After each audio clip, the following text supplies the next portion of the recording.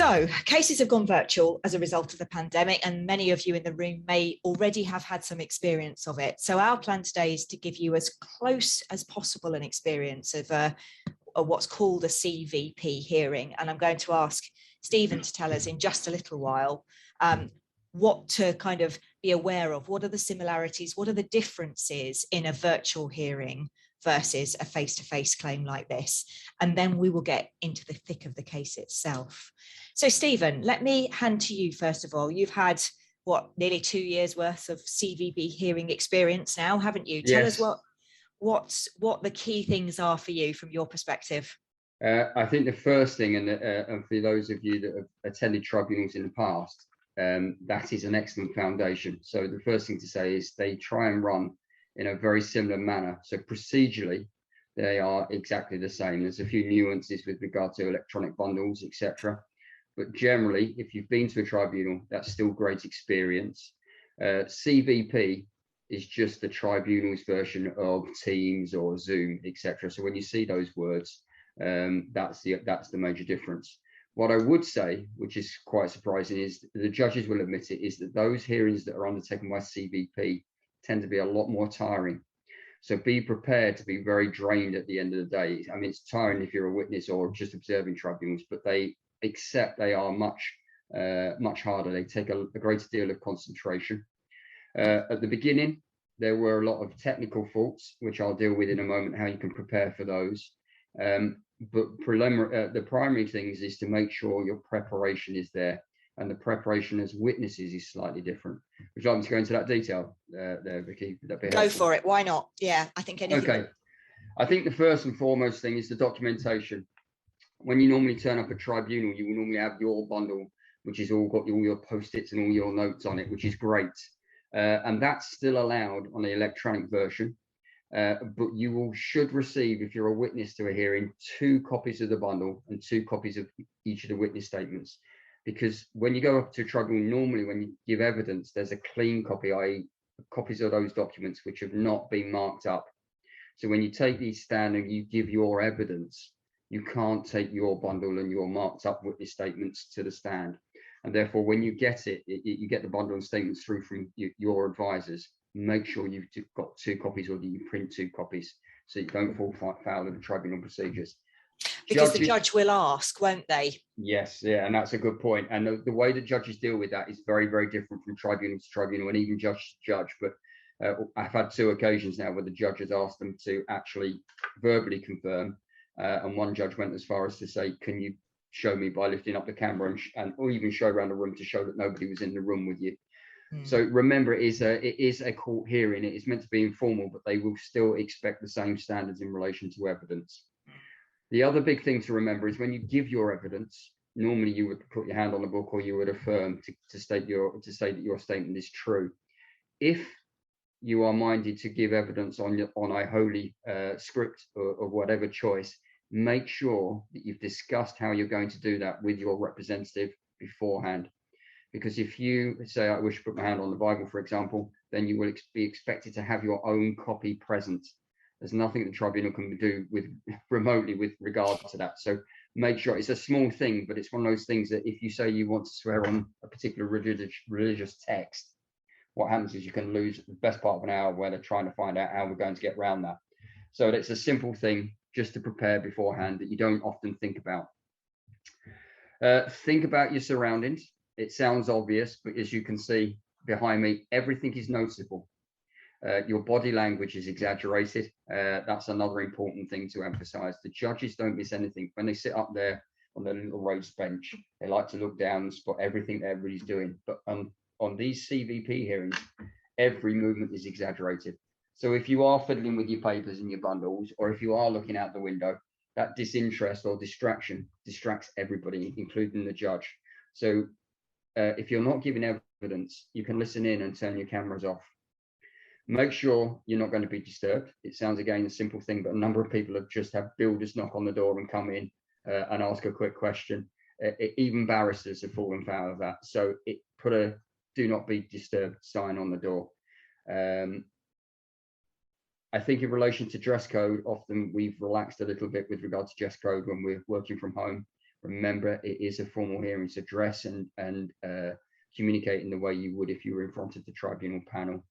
And I think in relation to witness statements, I think it's always important to make sure everything you want in your statement is in there. But because it is a remote hearing and it's much harder to make amendments, make sure you go through your statement and it says everything you want to say.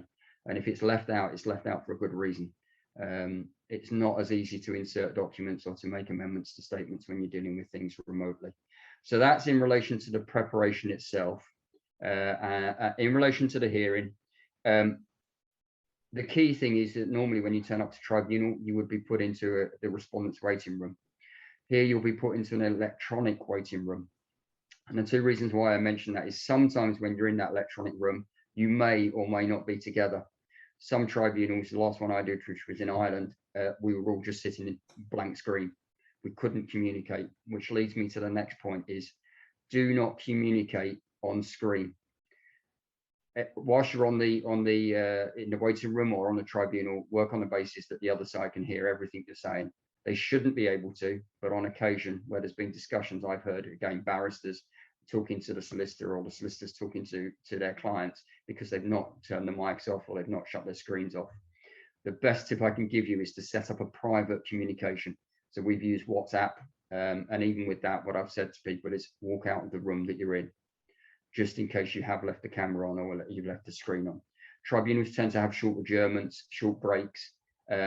They're tending to ask now that you just turn the camera and screen off rather than lose people through the communications. So just don't make those, it's technical errors, but they happen. It's just nerves, or you get the call when you forget to hit the button. Just make sure that you leave the room and discuss things privately. So those are probably the main differences. So these are the key things that as HR professionals, we can share with our managers to kind of settle them to the experience. I mean, back in the day, it used to be make sure you've got change for the car park and take the lift and don't walk up the stairs so you're not out of breath. There's so much more now to think about in a technological age, isn't there? But there are all these practical points that unless you've experienced it, you don't necessarily kind of anticipate it. So great start in terms of giving us that environment. So let's imagine we've done all of those things. We're in the waiting room, ready to join the hearing. Let's do a quick synopsis, could we, Stephen, of the case to be heard today. So it's a race discrimination claim, race discrimination and racial harassment, isn't it? And the claimant is a lady called Agnieszka Trosowska. So tell us what the issues are in this case. The claimant's case, in summary, is that she is saying that she's been chosen to undertake certain duties because of heritage, and that she's been put to a detriment, i.e. she stands to suffer less favourable treatment because targets were not amended, and she feels that this has put her in a difficult position. The circumstances are that the employer wasn't particularly happy with her performance. That wasn't brought to her attention, and then when steps have been taken by the employer, they've been taken in a negative way. The employer's position is simply, look, I'm using this individual's skills and her experience to the advantage of the business. It's nothing more than that. And then there is the harassment element, which is that we've got a comment which is alleged to have been said, which the employer's position is that he doesn't recall saying and certainly wouldn't have said something in that nature. So that really sums up both sides of the case. It's very much on harassment as one person says one thing and another says the other, and the evidence will be decided by a tribunal. Yes, indeed. And you need to declare an interest, don't you, of course, because you're taking the role of the dismissing of the manager in this particular circumstance. Yeah. Okay. Obviously, the tribunal judge, i.e. me, is keeping a very open mind at this point. Okay, so there are some points, therefore, that will need to be addressed in the cross-examination. We'll explore that as we go through, because cross-examination has a very particular purpose in terms of putting across either the claimant's claim or the respondent's defence. And so we will have a look at that as we look at this cross-examination. We've got the beauty of being able to break it down a little bit. So we will look at each of the allegations in turn and give you a sense of why the advocate is going the way they're going, and also get a sense of how successful or otherwise that seems to have been. There are a couple of technical points that you will have spotted if you did get a chance to have a look at the judgment, that there are two respondents. There is the employer and there is also the manager himself. Talk us through that, Stephen, would you please? Yes, I think it's a very, very important point and useful for our HR colleagues that are on the line. Sometimes these cases in discrimination, the employer is obviously the person that's sued in most cases, but very often, and we're seeing it more recently, is individuals are being included in those proceedings. So in relation to discrimination claims, the individuals can be accused of discrimination themselves, and they can end up paying compensation separate from the employer. So what we call a joint liability, so it's the employer and the employee, or the tribunal may say, well, the employer did everything they reasonably could. This was an uncontrollable employee that ultimately I've decided has been discriminatory, and therefore they will pay the compensation.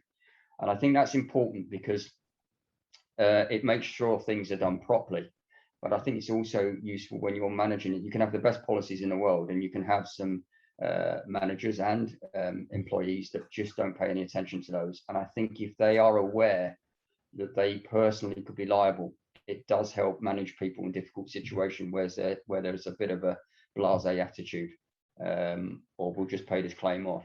It's their personal liability, and it means even if they've got no savings, they can lose their house if compensation reaches those sort of levels. So this is a good case, but it's not unusual for individuals to be sued in addition to the company. I don't think we're not running a defence in this case where the employer is saying they're taking all reasonable steps. Just for simplicity, but it's worth being aware of that option. Absolutely right. And there is an option, isn't there, for any employer facing that situation where they can decide not to run the manager's defence alongside their own.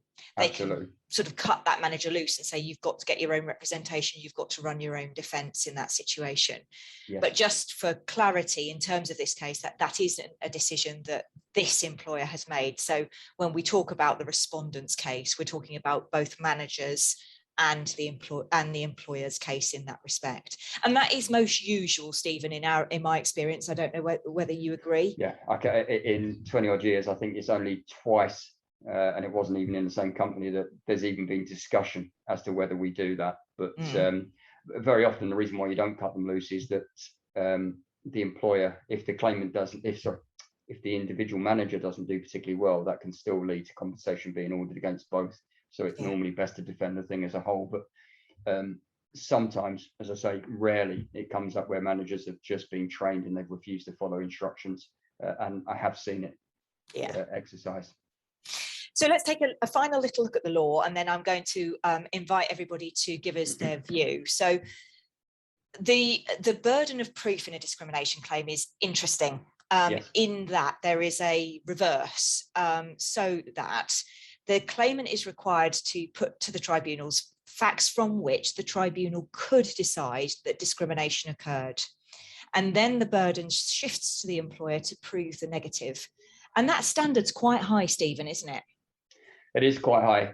Very often people rely on protected characteristics, and even in central London recently, I had a claimant of race, disability and sex discrimination, and the judge turned around and said, actually, you're weakening your case. You'd be far better to name one or possibly two of those, but it'd be very surprised if the facts are all three. Now, it could have been, they weren't saying you can't, but you can't just simply throw in every protected characteristic. There has been a recent case actually in the Supreme Court, which has just made it very clear. The individual doesn't need to prove that the way they were treated was due to their protected characteristic, for example, race or gender. What they need to do is provide sufficient explanation as to why they believe it was because of their gender or because of their ethnicity. If they do that and it holds water, the tribunal aren't deciding at that point. All it means is, okay, the employer now will have to show that there is a reason which is unconnected to that protected characteristic. Yeah. But they can't just simply throw an allegation. There is a hurdle for the injured individual to clear first. Yes, indeed. So they can't just say, look, I was treated differently, and therefore expect the tribunal to say, oh, yes, and that's as a result of their race, as we're looking at today. They need to say that there was some conscious or unconscious motivation around their in this case, ethnic or ethnic origin that we're looking at today. So that's one of those things to bear in mind as the evidence is coming through in cross-examination. So we don't have fence sitting in our training, do we, Stephen? So I'd like a view as to, based on what you've heard and what you've seen of the bundle of evidence, so that's the evidence in chief, the witness statements that the parties have put forward, do you think the claimant is going to win her claim? So we'll start with the discrimination claim first, and my colleague Jen is going to share a poll. It's a straightforward yes or no on this one.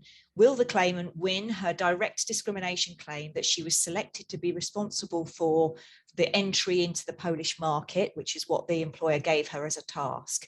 Will she win her claim that that was direct discrimination? Can I ask you to vote for me now by clicking on the button, either a yes or a no?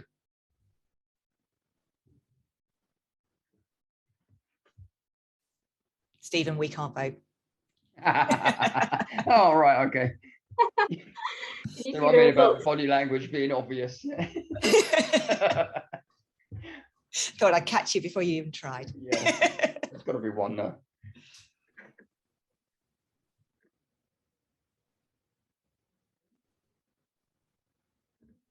About 140 votes in.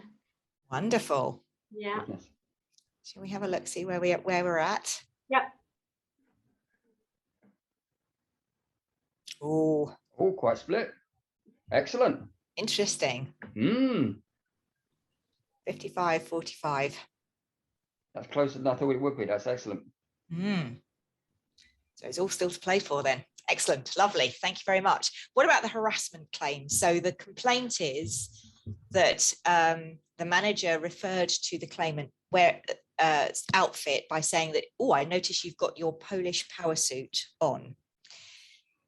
In his defense, the manager is saying that he does not recall making that statement. So there's a conflict of evidence that the tribunal has to resolve. I don't think there's any doubt that the reference to the Polish, as in Polish power suit, is on racial grounds. So I don't think it's a question of that. It's a question of the evidence. And this might be, for those of you that have seen the witness statement, so I'm going to be better placed to answer this one. But do vote for me, yes or no. Do you think she'll win her claim?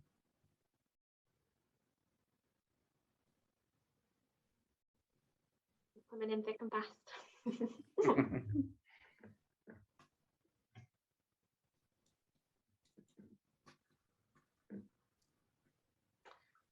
Right, we've got about 150-ish in. Yeah. Share the results. Please. Wow. Ah, other way around. Interesting. Still quite close, but not as close as the other one. Okay. Let's go on and hear this evidence then, shall we? So, as this is a discrimination claim, the claimant will go first. So, as Stephen mentioned in his introduction, evidence is given under oath. So what we won't see on the video is that the employment judge normally asks the witness to either give her oath or her affirmation, and often her advocate will introduce her witness statement by saying, is this your statement? Is this your signature? So much as you perhaps might have seen normally in a face-to-face type hearing, we won't see that today, just for the sake of brevity, really.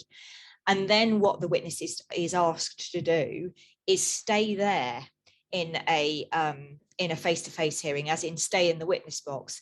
Interestingly, Stephen, I've still heard people say stay there, even though there's obviously nowhere to go. What language do you use out of interest? Because stay there doesn't seem to make sense anymore, does it?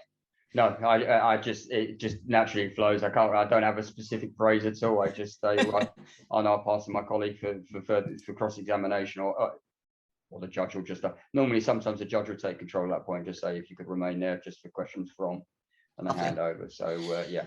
So this is what we will then go to see. So we will see the respondent's advocate, one of our colleagues called Chris McNaughton, cross-examining the claimant, Agnieszka, and we're going to see it in 3 sections. The first thing we're going to see is Chris challenging the claimant's perspective that she was chosen because of her Polish heritage. her Polish background. So we'll see that first of all and explore that cross-examination section first of all. So Jen, if I could ask you to roll the video for us, that would be great.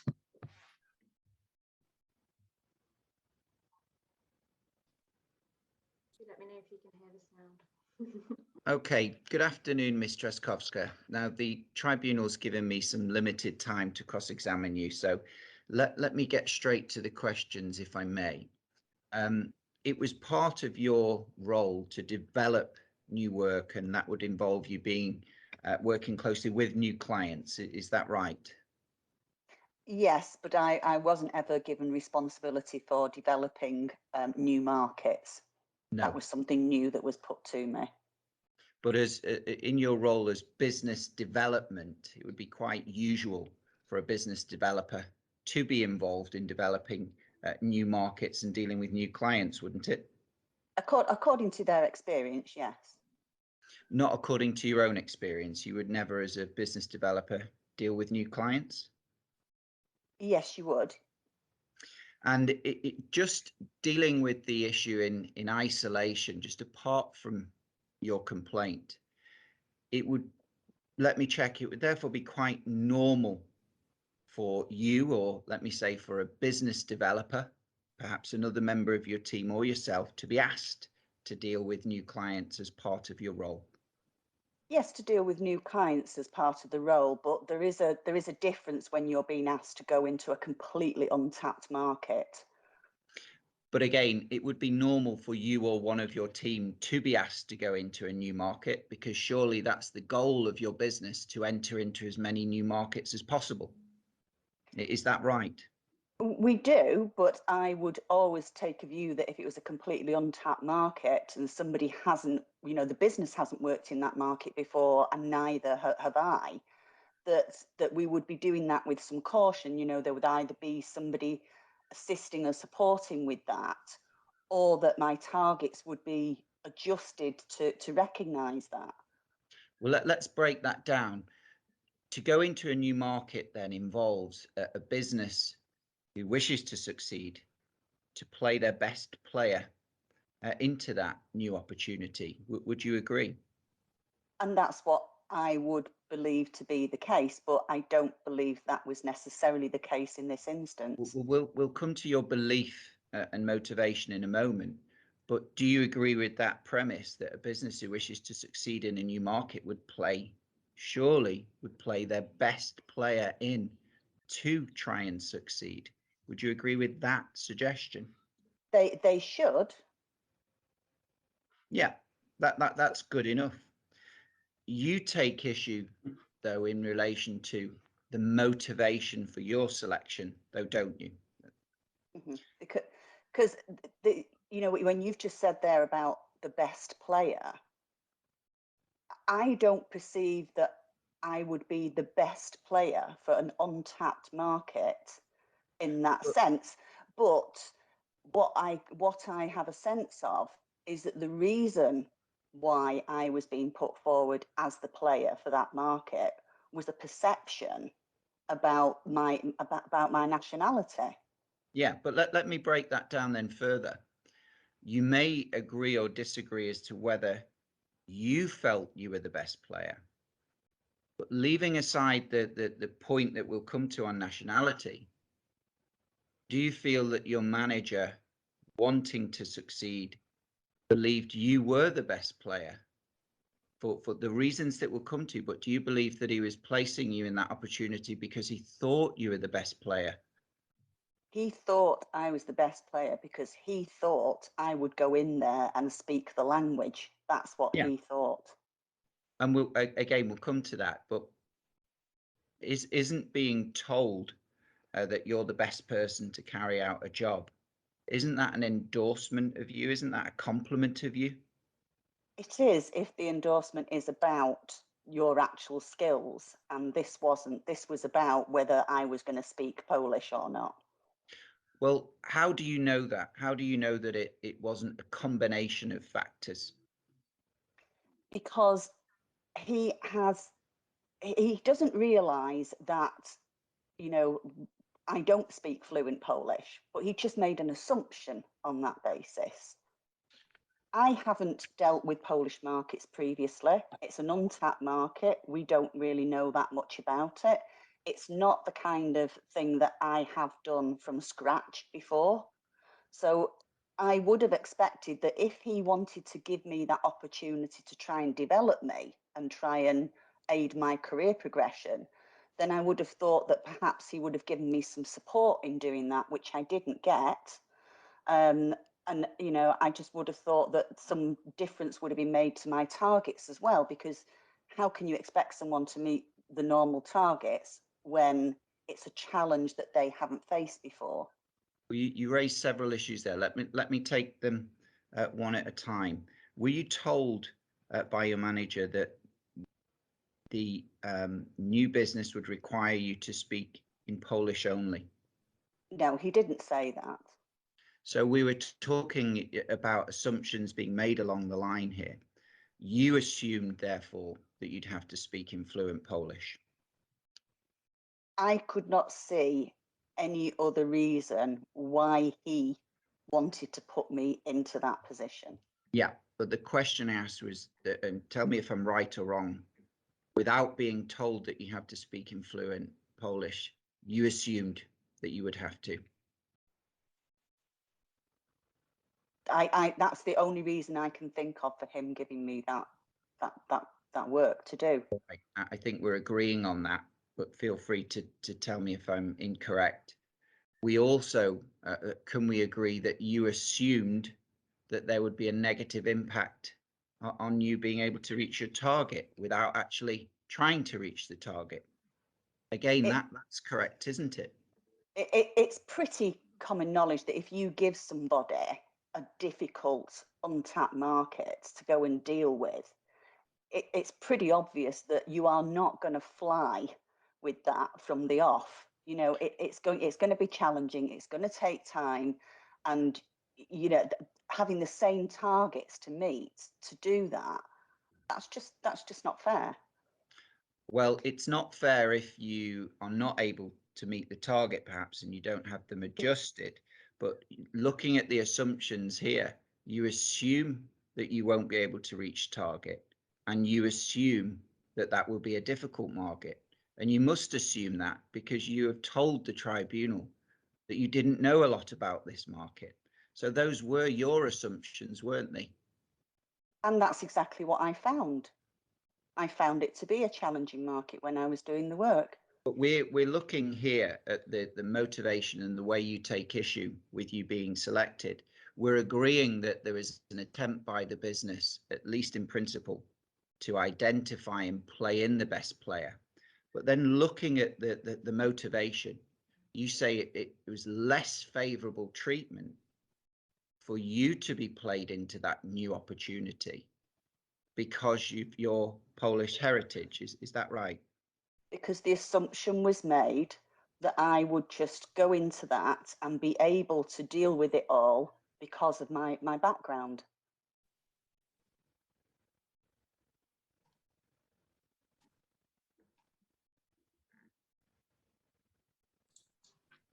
Okay, so we've taken a pause there.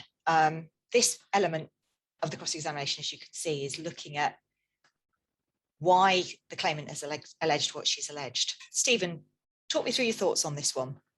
Yeah. What you can see Chris is doing there is he's trying to turn the assumptions onto the claimant. It's not the business that's made assumptions, it's the individual. Now, what is an important factor in why Chris is undertaking this cross-examination is that often employers can be wrong in their decision making. But what that means is, as long as it's not connected to the individual's ethnicity or heritage in this case, the decision could be wrong. It can even be blatantly nasty. But as long as it's not connected to the particular heritage in this case, or the protected characteristic, that means that you will escape the allegation of discrimination succeeding. So that's what Chris is trying to do here. He's trying to say, look, this business hasn't made assumption. They've played their best player. That can't be wrong for the business to play their best player. It's got nothing to do with that. But even if I'm wrong on that, the heritage side of it is that there was a clear business reason which isn't related to to your heritage. It's related to actually wanting you to succeed. We've done it because we think you're capable of doing it, and for no other reason than that. This is often what's described as the unreasonable employer defence, isn't it? To Yes. say, yeah, I treated this claimant badly, but I treated everybody as badly, which is not the best argument to have to run, but ultimately it can technically be right if actually there isn't the link. It does succeed. One of the biggest arguments is okay, I made a mistake as a manager and it was a poor management decision, but as long as you can show that you've got some logic behind that decision, then that will negate the assumption that the burden of proof flipping to say, well, actually it was because of your heritage. So it's not the best defense, but it often works. And the recent case that you referred to earlier, Stephen, is a good example of that, actually, isn't it? In that the claimant had made something like 30 applications for an internal promotion. They got a job. They'd gone in at a low-level job. It was a race claim. They'd gone in at a low-level job, post office, I think it was. They made 30 applications for various jobs in IT and another, I think it was more managerial role, and simply didn't get through the sifting process, and alleged clearly that was race discrimination. But actually, the good practice of the organisation was that the sifting process was anything to do with the identity of the individual or their ethnicity was separated from the skills, and the sifting was done purely on skills. And that's why the employer was able to defend the claim, to say, well, it couldn't have been in our mind because that's all separated by HR. The people doing the sifting would have had no knowledge at that point, and therefore the burden didn't shift. So this is the point of this part of the cross-examination, is to say the burden is not shifting here. Yes, absolutely. Yeah. Okay, so let's go on and see how the cross-examination then flows from here. So let's have a look at the second section. We're still looking at the allegation that the selection to break into the new emerging market is discrimination.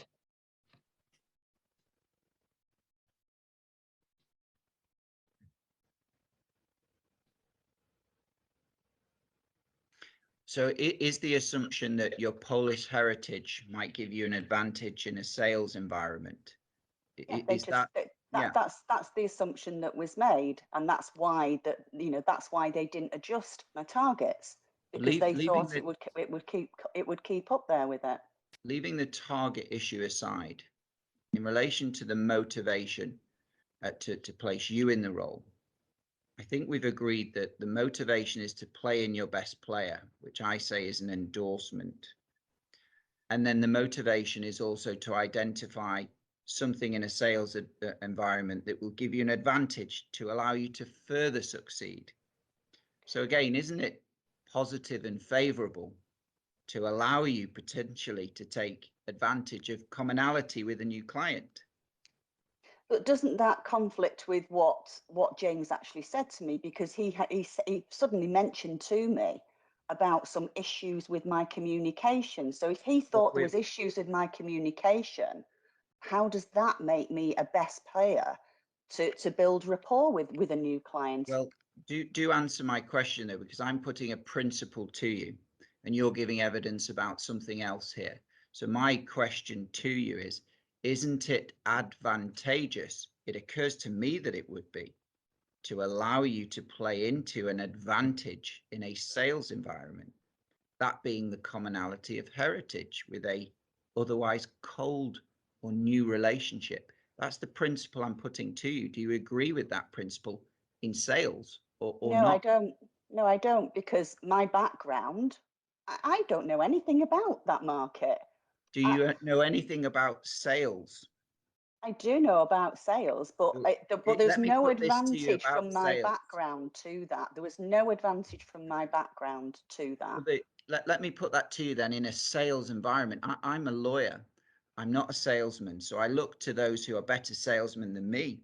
And I look to the Harvard Business School, the Harvard Business Review, that examines the key recipes for success of salesmen.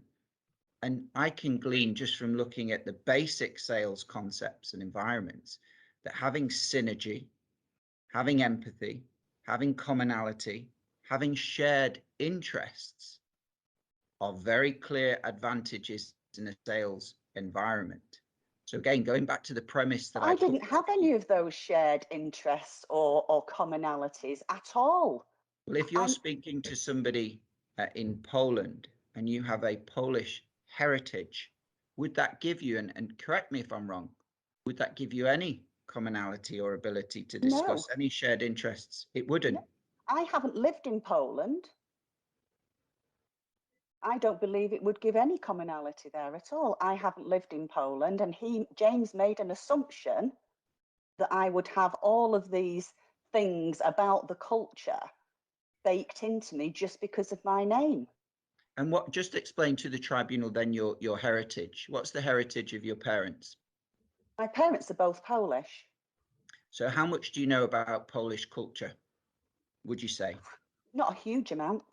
Your parents didn't teach you about Polish culture? I was born in England. I was raised in England. My parents did their best to fit in to England. And so we didn't speak Polish at home. There was just little bits of it that I picked up here and there. But my father was adamant that, you know, when in Rome, you do as the Romans do. And so I was brought up in England, and I consider myself to be a British citizen, and I do not know much more about Polish culture than many other people. No, nobody's questioning your citizenship here. We're just looking to establish whether you had an advantage due to heritage, whether that advantage was slight, whether that advantage was great. We wouldn't be able to establish that, but over somebody who didn't have your heritage. So looking at that, are you saying that your parents didn't teach you anything about Polish culture that might give you an advantage in speaking to people who are Polish? No more than what some other people may pick up around Poland. There may be other people who have had holidays in Poland, who have absorbed themselves in other types of Polish culture that would know more than I do. Well, what I would suggest to you is that your manager is playing in his best player. It's an endorsement of you. It's a compliment of you. And you're distancing yourself, I would suggest, from the fact that you would have an advantage due to your Polish culture in a Polish sales environment. It would have offered you better synergy, empathy, commonality, and you're distancing yourself from that for the purposes of saying to this tribunal that you were treated less favorably and are so offended by that. What do you say to that? I am offended by that. He's made an assumption about me just based on my name. He knows nothing about my background. He doesn't know how much I know about Polish culture. He never asked me. He never took the time to find out. And the very fact that he said to me, there have been issues with my communication, which had never been raised before, just makes me then believe that that is exactly the assumption that he'd made. But he actually tells you, so looking at motivation, he actually tells you that he thought that you would be the best person to undertake and succeed in the role, doesn't he? Because of my communication. Well, he actually tells you also in his evidence, the combination of your statement is that he thought that you would be the best person to do it. And his evidence actually accepts that it was the cultural advantage that you might have. So he's trying to give you and let you play into an advantage over others. Isn't that more favorable treatment on the face of it? No, he made an assumption on something that he didn't actually know about. He never asked me. He never checked that.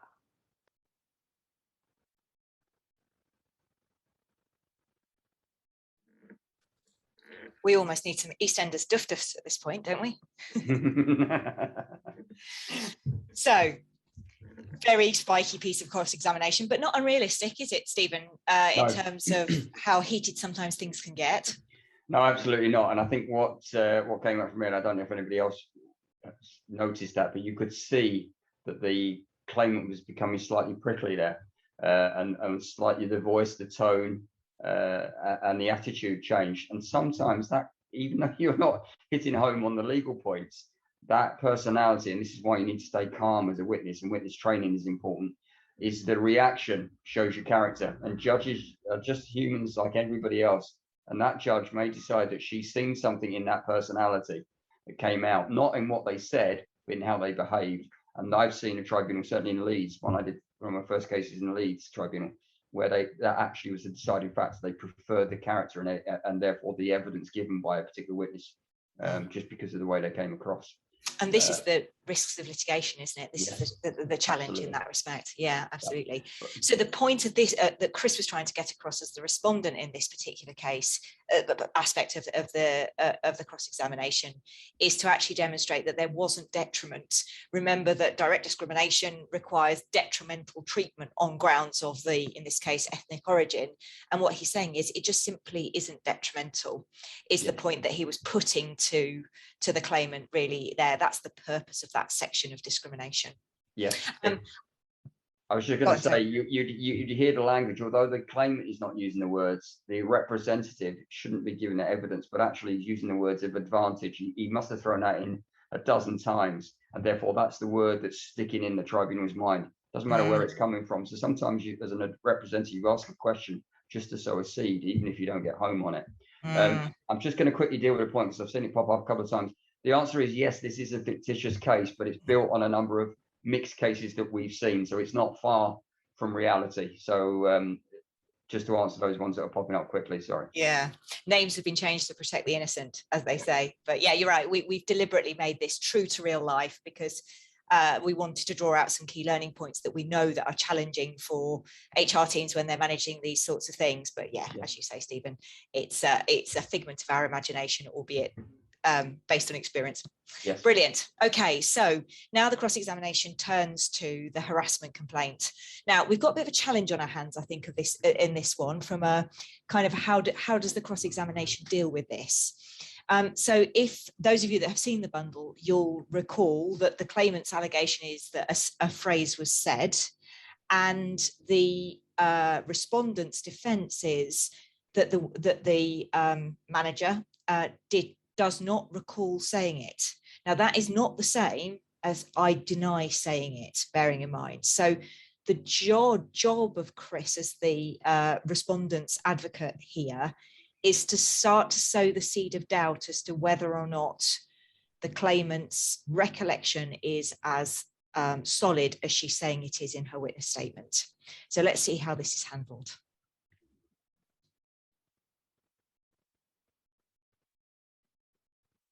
If we move on then to the second allegation that you raise, you state that you were offended by his comment that you were wearing a Polish power outfit. Is that correct? Yeah.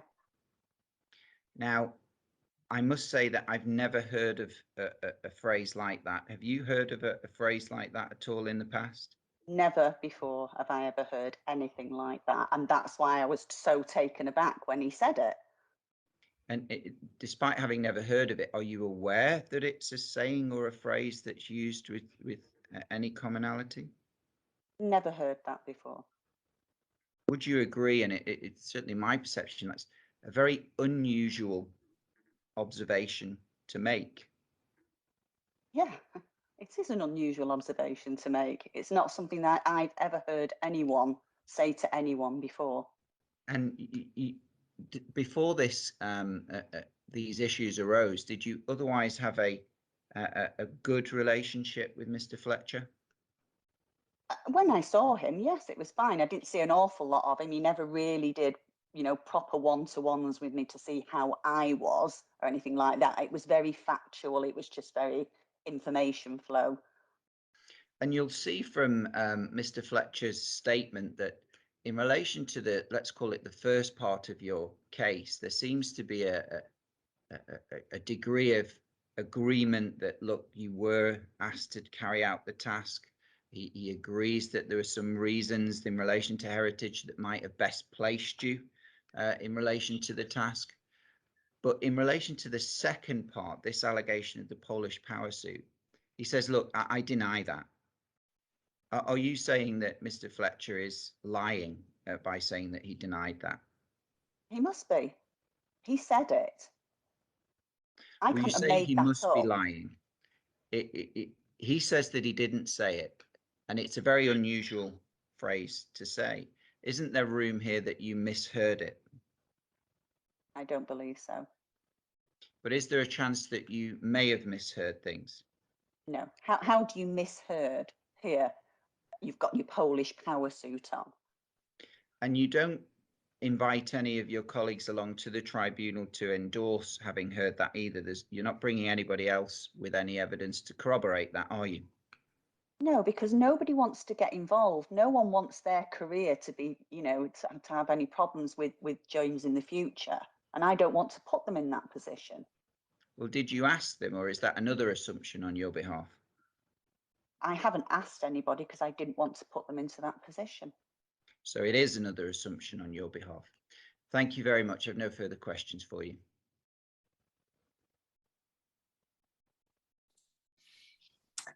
Now, Stephen, tell me, why is it that Chris did not go down the line of suggesting to the claimant that actually this wasn't unwanted behaviour? Because that's the crux of a definition of harassment. When we talk about harassment, we talk about it being unwanted conduct, don't we? Yeah. So why did Chris not go there? I think the difficulty here with discrimination is a question of fact, whereas the harassment is it's the perception of the individual. And therefore, it's very difficult for him to challenge that. And he'd be walking into a brick wall there because she simply realised where he's going. So why ask a question which you know anybody in their right mind is going to give you the answer you don't want to hear? So what he's done there is he's been very clever, is to actually question the phrase itself. And sometimes that does happen. And when you said it's an unusual phrase, she didn't come across to me as particularly strong on that.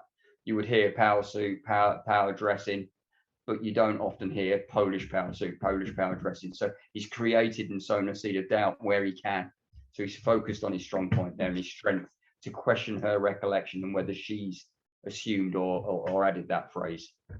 So it is a question of the quality of the evidence, isn't it, that the tribunal will need to weigh. And we're talking about balance of probabilities here, aren't we? Absolutely. Okay. So that is the end of the cross-examination. What might happen is that the claimant's advocate is invited to do any re-examination, it's called, so any questions to kind of clarify what might have gone on. And sometimes the judge asks a couple of questions as well before the witness is released, in the sense of she's no longer under oath to give her evidence. So for the purposes of this hearing, let's assume that neither the judge nor the claimant's advocate want to address any questions to her. So we're at the point of releasing her in terms of that concludes the evidence that the claimant is giving in her claim. And just as Stephen was saying that these virtual hearings are tiring, virtual mock hearings are tiring too. So we'll take the opportunity to grab a well-earned break, I think. So what I would encourage you to do is just remain within the call, stay within the call, and we'll take until 3 o'clock to just give you a chance to have a quick break, top up the tea, top up the popcorn if the need arises, and we'll see you again at 3 o'clock. And at 3 o'clock, we'll start with looking at the cross-examination of the manager of James. So this is where Stephen is wearing slightly strangely two hats, but we'll see that fortified with coffee. See you at 3 o'clock. Perfect. Thank you. On the whole, Stephen, do they? No. So we will carry on. Yes. So this is now your turn in the spotlight as manager. So what we're going to see now is the claimant's representative cross-examining James Fletcher / Stephen. So talk us through what Tim, as the claimant's representative, is trying to achieve with his cross-examination of you then, Stephen. What's the aim? The aim is that he knows that I'm not going to admit to something, but he puts me in a position whereby there is no other explanation than this lady's heritage for the reason for me choosing her for that role. And to emphasize that I had the communication side of things had never been raised with her. And therefore, what I've done is that I've used that heritage. I've made those assumptions, which Chris has tried to emphasize have not been made. So it's that simple. But it really turns on this case, it's for the respondent here to prove the reason for making that decision other than the heritage. And in relation to harassment, did I or did I not make that statement? I have to be very, very clear on that. Yes, absolutely. So bearing in mind, we've got that witness statement to work from, just as we did with the claimant's evidence, and your evidence in respect to that was that I did not recall. So the claim, so the claimant's representative is going to try and explore whether that's actually not the case or not, aren't they, in Absolutely, that sense? yes. Okay, so what we're going to see here is the cross-examination of James Fletcher in 4 parts. So the first 3 parts are in relation to the discrimination allegations, so the reasons why he chose her to take on this role of the emerging market that is Poland, and then the last one will be around the harassment. So again, we'll stop and do some analysis and show Stephen some love in terms of the stress that he's put under in terms of cross-examination as we go. Thank you. Okay, thanks, Jen. Morning, Mr. Fletcher. Morning. You have in front of you a copy of your witness statement, and the bottom of that statement, it confirms that the content of this statement is true to the best of your knowledge and belief, correct? Yes, correct. Yeah. And you're an experienced manager, having started with the company in 2016, correct? That's correct, yes. Business development manager, I was then. Yeah, so that was the same job as the job that my client's doing, correct? Yes. Yeah. Would you regard yourself as a straightforward and transparent individual when dealing with work-related matters? Yes. Yeah. Is it fair and would you also regard yourself as a fair and reasonable manager? Try to be, yes. And you would accept that it would be wrong to disadvantage or harass people because of their race or nationality? Of course, yes. And you'd also accept that as a manager, it would be incumbent upon you to set targets that are realistic, reasonable and achievable. Our sales team are driven by targets, yes. Mhm. I wouldn't say that they're unreasonable. It would be correct, wouldn't it, that if targets were not adjusted to account for a particular difficulty, then it's possible that those targets wouldn't be achievable, and that if so, targets aren't met, that would result in a financial detriment in terms of lack of commission and so on and so forth. There is a detriment if people don't hit their targets, but they can be adjusted if circumstances change or the economy changes. Sure. And when appointing my client to the business development for the new untapped Polish market, it's correct that you didn't make any adjustments to targets at that time? We didn't. She seemed happy to accept the new role. She didn't raise the issue. We didn't cover that, but it's something we could have looked at had that become an issue as she developed the market.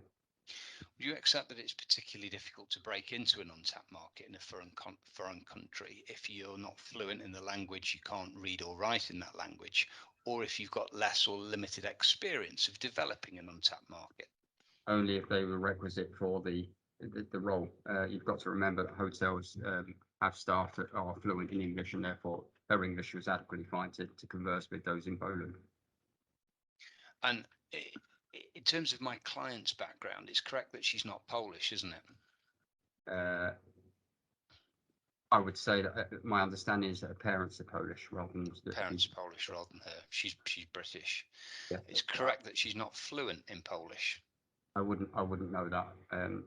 As I said, that wasn't part of it, but I wouldn't know. Okay, I'll put it to you that's the case. And it's correct also that my client doesn't read or write in Polish.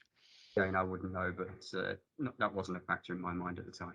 Okay, but you wouldn't disagree with that if, as per what the claimant said in her evidence? I can't agree or disagree. I've never asked or seen her required to speak or write in those languages. Okay, I'll put that to you. That's the case.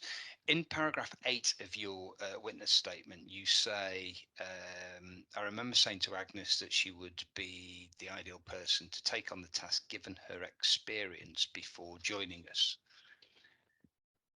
What experience are you referring to there? Sales experience, just general sales experience. Yes, Okay. very, very experienced, very, very driven. That's what led me to appoint her, really.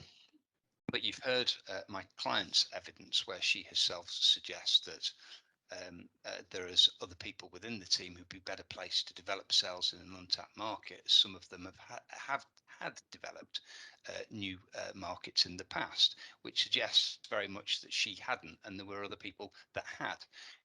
That's correct, isn't it? That's your suggestion, but that's not correct. No, the simple position is that people within the team have developed markets as she could have done had she stayed with us. She could have done. So can you give me an example of where she said she has done?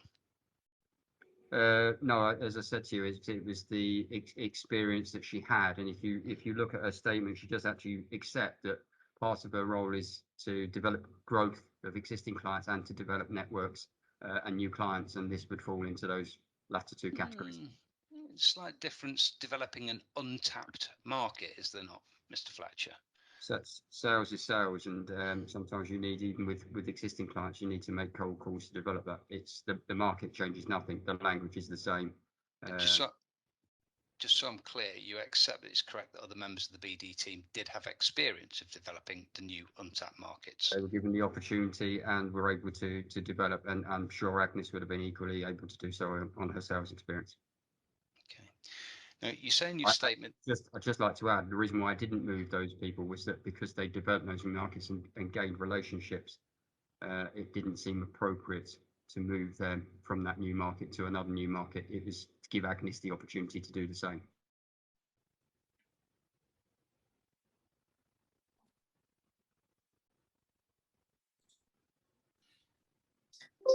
Okay, so this is the first section of the cross-examination. Stephen, talk me through how this felt for you as a witness, first of all.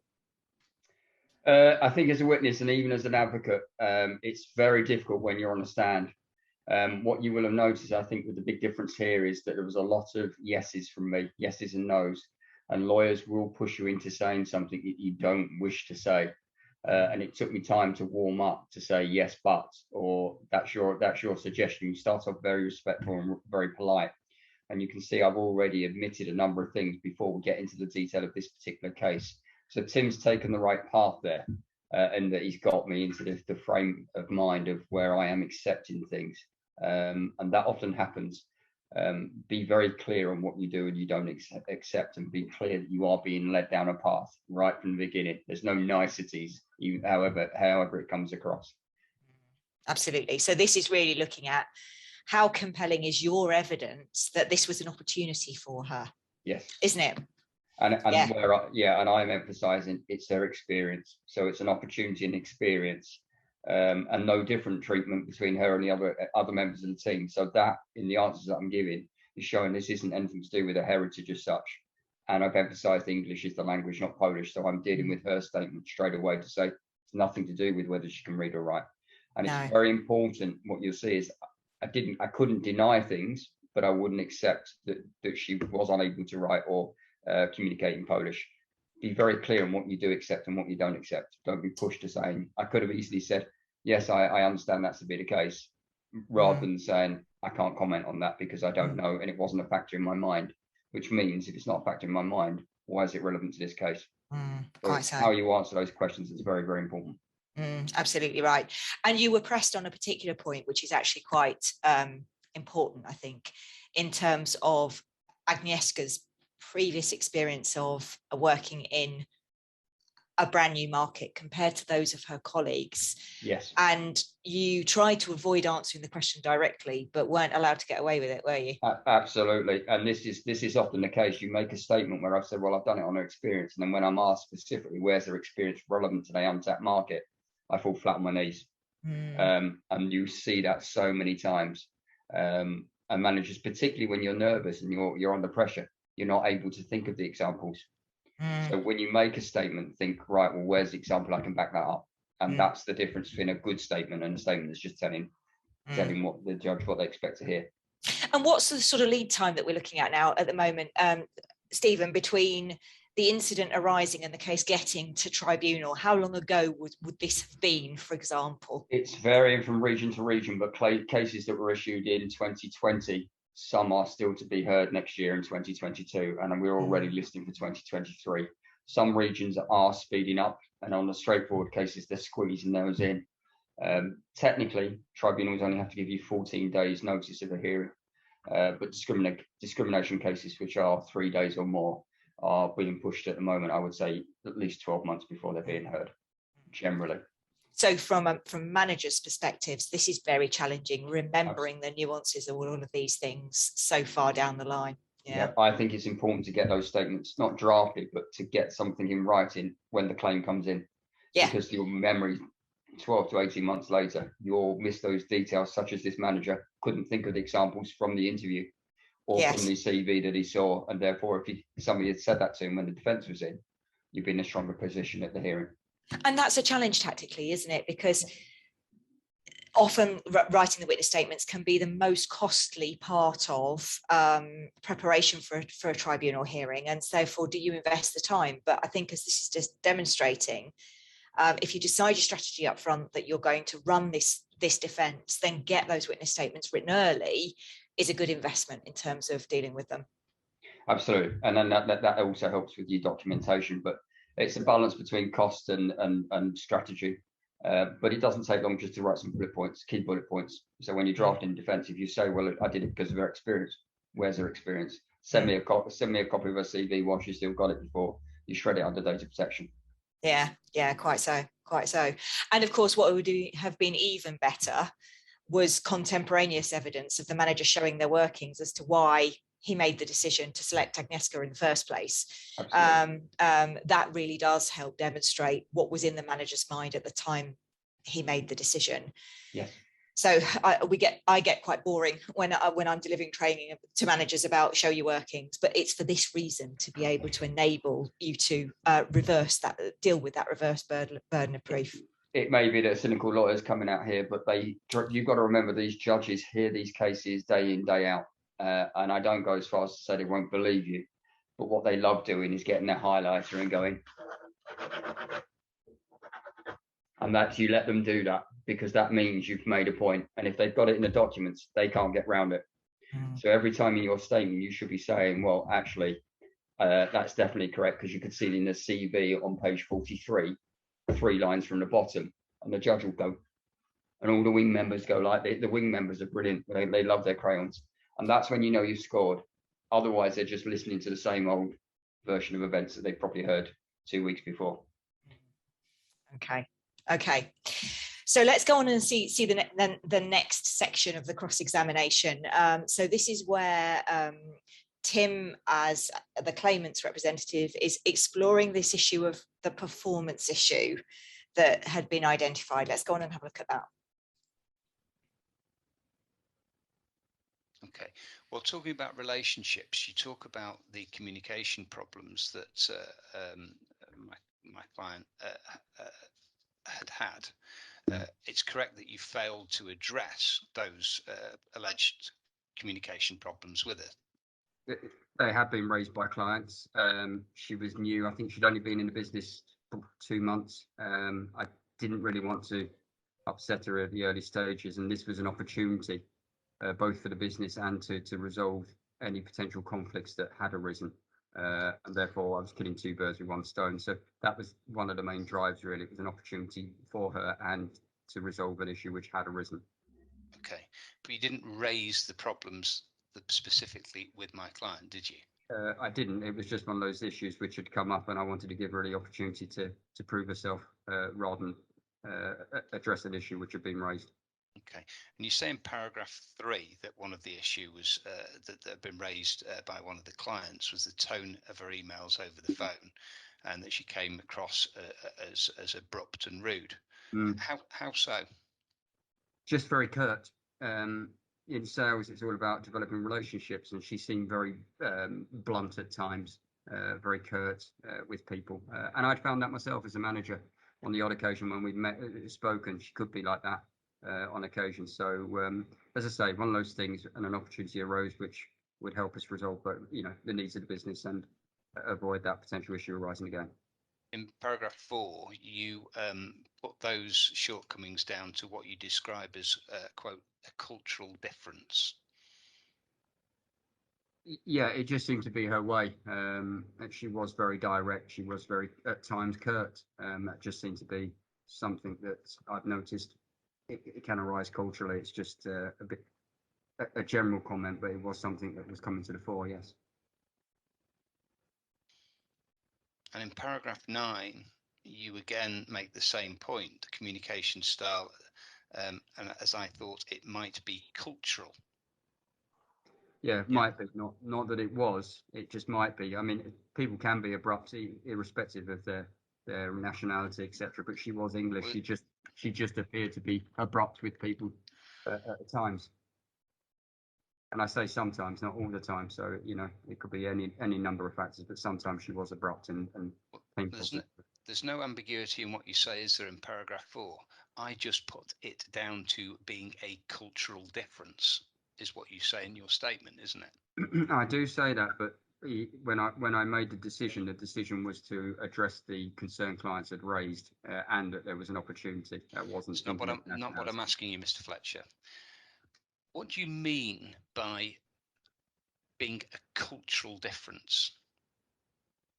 Well, we all have our backgrounds and cultures, and sometimes your way of addressing people can be influenced by your upbringing. So possibly that's what I mean by that. So the cultural difference, you're talking there about my client's Polish parentage, aren't you? Potentially, yes. Yeah. But it's one of those things. I wasn't putting it down to that. I just had clients complaining, and it was a way of resolving it. It was a pure business decision. Nothing really. Nationality wasn't in my mind. Well, let me take you to paragraph 9 of your statement. You go on and expressly say it seems a good fit for her to develop markets in Poland as that's her nationality. So clearly nationality was in your mind at the time that you made that decision, was it not? Yeah, I made that statement, you know, sometime after I'd made the decision. The real issue was I had a complaint from a client. We had a new opportunity in Poland. But on reflection, it does seem like a good fit, yes. So I asked you at the beginning that your statement was true and accurate to the best of your knowledge and belief. Are you now saying that this statement's wrong?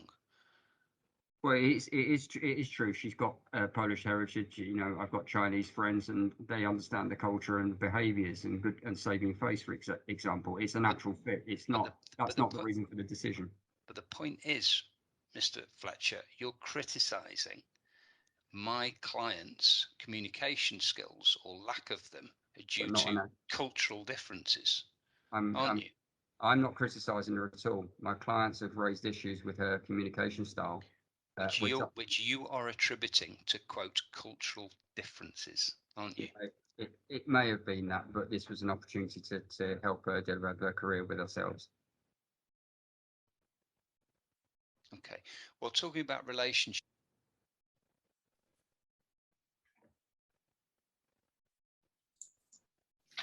Okay, so what's the point of this part of the cross-examination, Stephen? What's Tim looking to try and achieve at this section? Tim is clearly linking my statements and my decision to the heritage, and however hard he works, what I've done is I've used the word culture in the statement, and now that's the point where you can see he's not letting me off the hook, and I wouldn't either. I'd be hammering that point home until the judge said that I've got the point, Mr. Foster, move on. And you do that. So he's got me on the ropes effectively there. I've made a statement I've made a comment in the statement which I am struggling to get round. And if you say, well, this was a statement I made in hindsight, on reflection, not what was in my mind at the time. But you can see how the statement could be turned against you just on one word. Yeah, quite so. And what Tim will be relying upon, won't it, to persuade me as the judge that I should draw an inference that her cultural heritage, her Polish heritage was all over your head when you were making decisions. Because, you know, you stop people in the street and you say, do you discriminate? Are you a harasser? People will say no, but you have to draw inferences from the facts of the case as presented. And as you say, one word can create you some challenges, can't it, in that respect? I think the other thing I would say, the body language, if you watched in the first excerpt that we played, my voice, my tone hasn't changed between the two. But if you see, suddenly my hands are moving, I'm doing this, I'm like this, I'm rocking in my chair. The body language is now giving me away. I'm saying the same message, but this is where the training of the witnesses then kicks in. Say, stay calm, your voice was brilliant, but actually, look at all your body language, you're all over the place.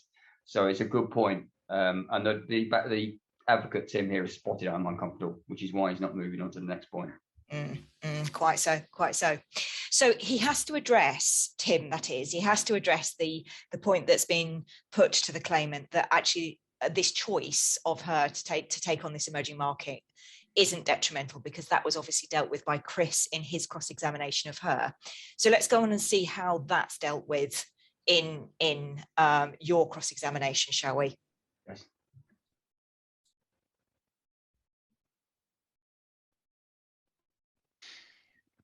You obviously say again in paragraph 9 that that's her nationality. You accept that that's incorrect, and it's an incorrect assumption on your part, wasn't it? It's probably not the right way to phrase it, yes. Yeah. But it's true. She has Polish heritage, yes. Well, she doesn't, does she? She's a Polish parent. She's a British national with Polish parentage. Yes. You assumed Polish nationality because of a surname, didn't you? No, I mean, obviously I'm aware of her name, but the main thing was in the office she often talks about her parents and their Polish, their Polish upbringing and when they came across. So I'm aware of it more from that than, I don't make a presumption from her name. Isn't it fair to say that you made assumption about my client's nationality and suitability for that business development work in Poland? I don't accept that, no. Would you accept in hindsight that the client wasn't necessarily, as you say, the best suited for the Polish work if she was not Polish, doesn't speak fluent Polish, cannot read or write in Polish, and has or lacks less experience of business development in an untapped market than other people? I can only tell you what I said before. She's experienced in sales. She's experienced in developing new sales. The requirement to read or speak or write in Polish was not a requirement for that role. The hotel industry is infamous for their ability to speak and converse in English, and that's all that was required. You'd accept that placing her into that role without adjusting her targets represented a disadvantage to her? But as I say, that's something that we had a conversation. She never raised the issue of targets, and that would have been reviewed as things progressed within the financial year. Those adjustments can be made. They weren't made. I will accept that they weren't made at the time of the conversation, but this was very early stages.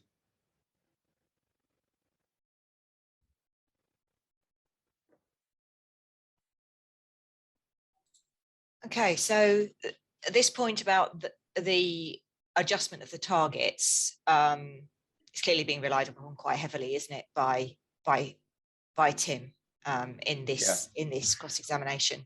The point you're making is she jumped too soon. Absolutely. This was a business decision. It's something we review, and targets are reviewed through the year, as businesses often do. What Tim's cleverly doing here is he's making clear that there is an obvious disadvantage, and therefore the detriment point is proven. Whether or not I intended to do something doesn't change the fact that at the point she resigned, she felt there was a detriment. She was in a less favourable position. Now that is her perspective is what's taken into account, and therefore that puts me in a very difficult position. So yeah, I think the other thing is, which probably hasn't been emphasised here, is the unconscious bias side of things. They're talking about, well, this is what you knew, and I'm denying that, and I've put that to bed. But I think another area could have been, you've made those assumptions, you've got this unconscious bias. That's another point, if time was allowing, that Tim could have made quite well. Yeah, quite so. And because there isn't any need for Agnieszka to put forward evidence to say that she'd lost money. Detriment is a much more nebulous concept than that, isn't it? Detriment can be how it feels to be treated, rather than necessarily proving I've lost pounds, shillings and pence type thing. Yeah, it's an important case actually that emphasises that. Very recent. It's the police where they did the right thing, or what they thought was the right thing, which was a pregnant officer. The risk assessment said, well, you might need to adjust some of the duties, but what their common practice was to remove any risk and to move to office duties.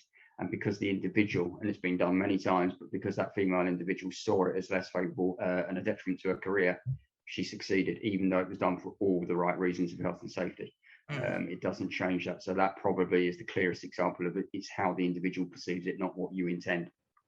Absolutely. And we've all seen it, haven't we, where employers have tried to go almost over and above, but of course it's that lack of consultation, that lack of conversation that causes the issue here. Absolutely. Yeah. Okay. Super. So we're nearly at the end of your torture / cross-examination, Stephen. You'll be pleased to hear. Yeah. Yeah, never great.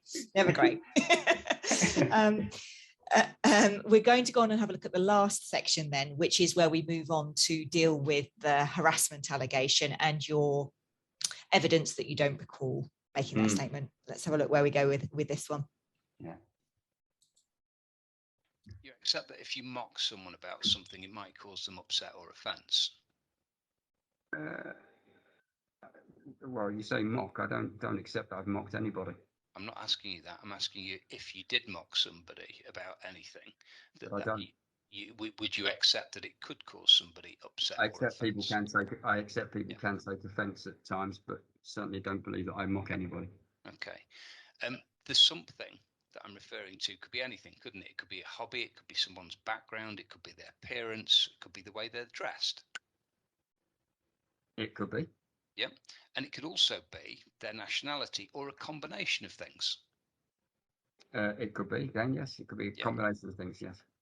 And you'd accept, would you, that it's correct that if you upset or offence could be more acute if you were being mocked or teased in front of people that you hadn't met before? It would change the circumstance, but that's not what this is we're talking about here. This was a team that which she was part of, and she yes, we'd been in lockdown, but we'd all come together, and it was an opportunity for us all to meet. It wasn't a team she didn't know, weren't people that she didn't know. Well, let me take you to paragraph 11 of your statement, the second sentence. You say, I said it casually when we were all remarking on having either not met or seen each other in such a long time. Exactly, such a long time. I think COVID lasted quite a long time, didn't it? So we hadn't seen each other. But what you're assuming there is that I've said what she alleges, and I haven't. Okay. So you do accept that in relation to the incident on the 29th of October, that you made comments about my client's dress or appearance? I said something. I recall saying something about a suit, much as I would say to another friend of mine about his ties. It was just a nice comment about the tie. So you made comments about the way my client was dressed. I don't recall saying anything or connecting it in any way with regard to her nationality or anything you're trying to imply. Okay. And in that sense, you say very importantly that you cannot recall referring to a nationality. No, it's possible that you could have done then, isn't it? I wouldn't. These things happened some time ago. I don't recall saying anything like that along those. Normally, I would just say, "Well, that's a nice suit," or "That's a nice tie." I accept that you're saying that you don't recall referring to a nationality, but it follows, does it not, that if you can't recall having done something, it's possible that that something could have happened? I don't accept that, no. You don't accept that? I don't accept that. You're making an assumption. You're implying either way. I'm just being honest with you to say, look, I can't recall every word I've said in a casual past, but I do recall commenting on a suit. I don't recall, as far as I can remember, relating that to a nationality. I'm not even sure how I would have related it to nationality, even if I had. You have seen my client's statement in relation to the complaint that she makes. She's very clear in her recollection, isn't it, that you made reference to a, quote, Polish power outfit? I don't recall saying that. No. No, precisely. She's very clear. You don't recall, do you? I recall making a comment about a suit. I can't recall precisely what was said, but I can't imagine I would have said anything or how I would have related that to a nationality. Thank you. No further questions. Thank you. And Stephen, you can breathe. Hello. Yeah. Awful. But that shows you the importance of being very clear as a witness. What do you know? What do you accept? What do you deny? Once you start saying, I'm not recalling, again, as I say, judges hear that and that they can see that as being evasive at best, or choosing what you do and what you don't recall. You need to say, I did not say that. And this goes to the preparation beforehand. I think Chris, as my advocate, made a great point that it's an unusual phrase. And as a witness, when you're observing these cases, listen to what the representative is saying, because I could have fought back harder and said, it's such an unusual phrase. It just doesn't flow. It's not a common phrase. So why would it have been said? I'm absolutely sure that I wouldn't have said that or related it to the ethnicity. But I just kept saying, I don't recall. which is a completely different approach. And why did you say that? Because there is something here, is that there may have been a reason why you had to include in your statement that you can't recall. I think, as I said, in that evidence, what you're trying to do is come across as reasonable, rather than say, I deny saying that. I've tried to be too honest and say, actually, I can't tell you word for word what was said.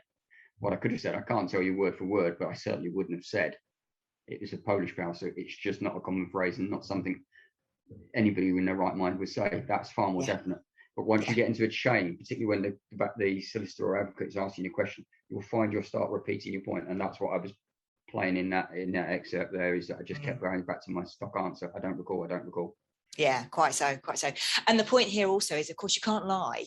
This evidence is being given under oath, and therefore there are consequences if you lie in your witness statement. And so if you genuinely can't recall, you can't recall in that sense. It's got to be truthful in that sense. Yeah, I think the point I would make there is, we saw a question earlier, is this done as a live hearing? This is, evidence is given in 3 stages. The first evidence is your witness statement. You very rarely get to read that now. That went even before lockdown.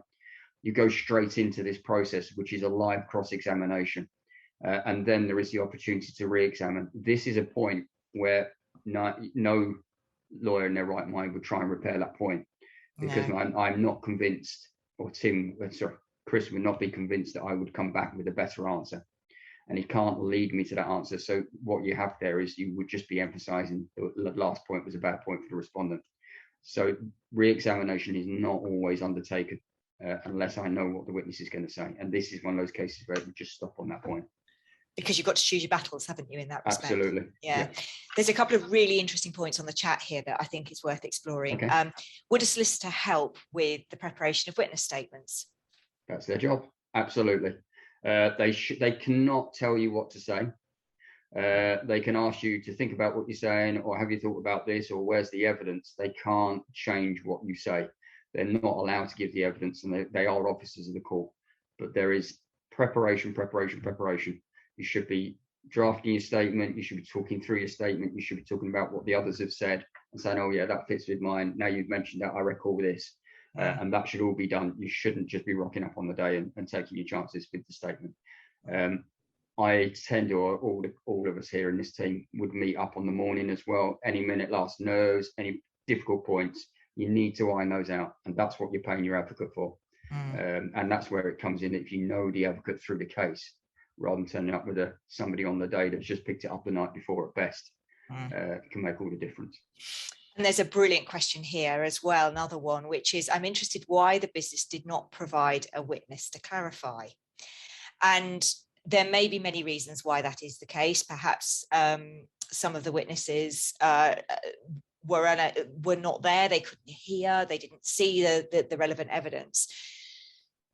A tribunal is able to draw up adverse inferences, isn't it, from a failure to provide sort of supporting evidence, for example, Stephen? Yeah, I've had that very recently, where we went to tribunal with the area manager, regional manager, because they dismissed the manager who actually was the dismissing manager. And the tribunal would not shy in coming forward saying, very honest witness, but actually wasn't the person that made the decision. They will draw adverse inferences. So if there is a comment made, call the person that heard it or saw it to deny that. Don't rely on a hearsay unless you really, really have to. So yes, call the right witnesses, but there's no point calling loads of witnesses who are just going to say, oh, I didn't hear. I was 6 away, I didn't hear. It doesn't support anything, and that may have been the case here. But you could have done it in my statement. I know as part of preparation of this case, we've asked all the witnesses, but nobody else heard the comment either, and they don't recall, and therefore they're in the same position as me. Doesn't have much weight, but it shows you've thought about it rather than just trying to skim over the issue.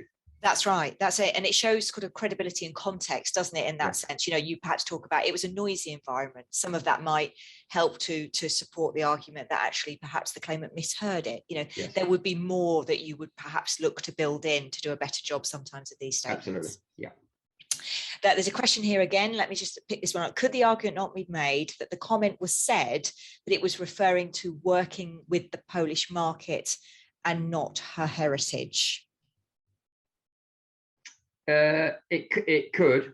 but I'm not sure what there's a fine distinction there. And I think I'd struggle with that distinction. So we'd need to take that further and draw that out in the statement. What we don't want to happen is looking like an argument that isn't credible. You know, a sort of nice try-chum type argument. You'd have to be very careful about that sort of thing. You see that a lot, where you start thinking about what I wish I would have done, and this is why I did it. But actually, where's the evidence to support that? And this witness is actually, although on the back foot, it's just said, look, I did it because you don't need to speak the language, you don't need to write the language. I'd had a customer complaint. Now, it may have been, that goes back to the point, may have been a bad management decision, but it was the reason, it was the truthful reason, and it's far better to go with that than rather than put 2 or 3 different variations down. Yeah, quite so.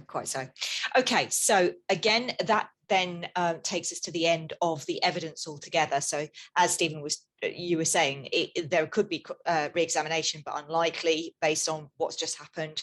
Yeah. The judge might want to ask 1 or 2 questions. Assuming that they don't, then that brings the evidence to a close. Absolutely. What happens next in process is that there are closing submissions that are made by both representatives.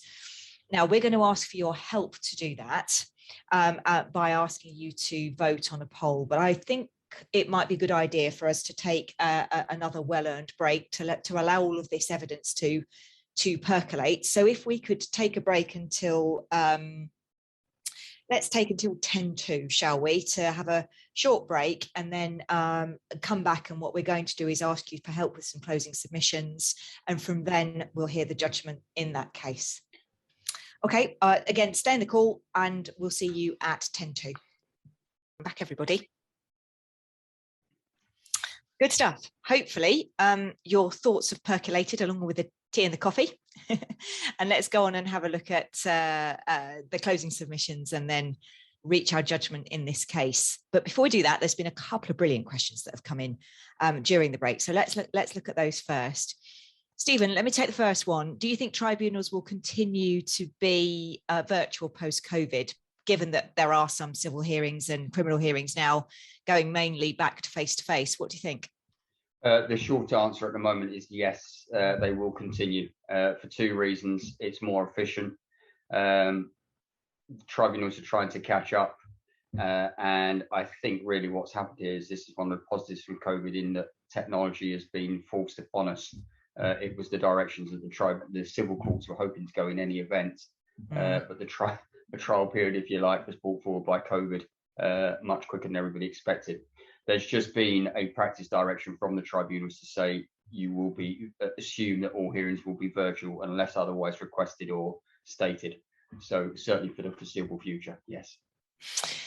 It's interesting, isn't it? Because when the tribunals were first set up, industrial tribunals as they were then, they were meant to be kind of low cost, low process, very easy, accessible methods of obtaining justice by employees. But of course, as the law got more and more complicated, more and more process got involved, and therefore it got closer and closer to what you might describe as a normal court hearing. The only difference is they're not normally held in a glamorous courtroom, are they? They're normally in a 1970s building somewhere yes. Up and down the country. Those were some of my ties, yeah.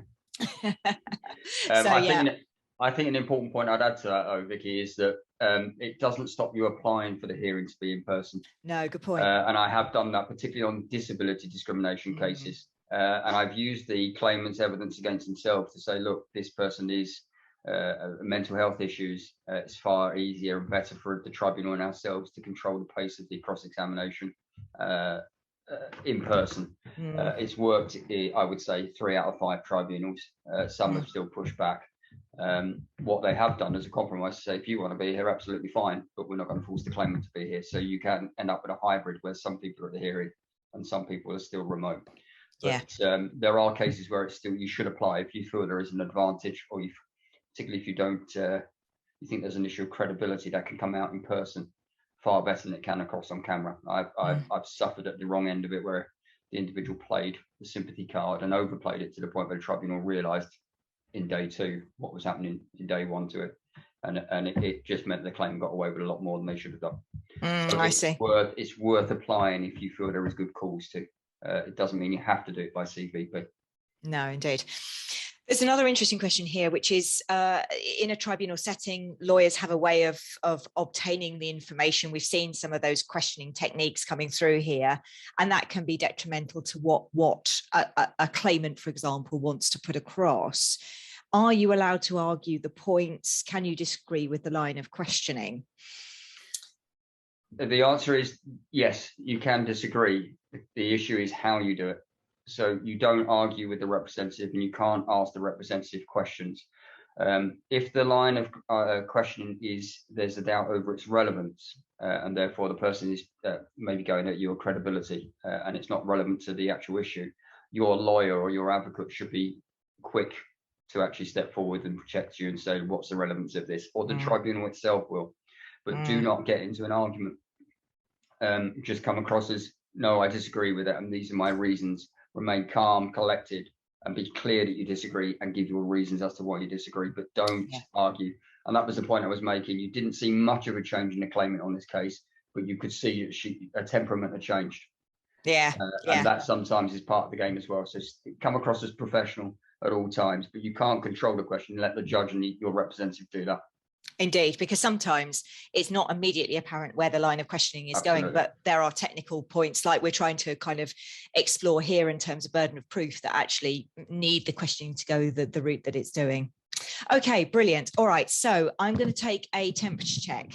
I'm going to rerun the poll that we ran earlier this afternoon in terms of, do we think the claimant is going to win? Let's see what the view is now. Has the view changed? Has the mood changed? So let's look at direct discrimination claim first of all. So that's the responsibility for entry into the Polish market. Will the claimant win her claim? Yes or no? And no, Stephen, you still can't vote. I'm trying to do it with my toes now. I'm not leaning forward.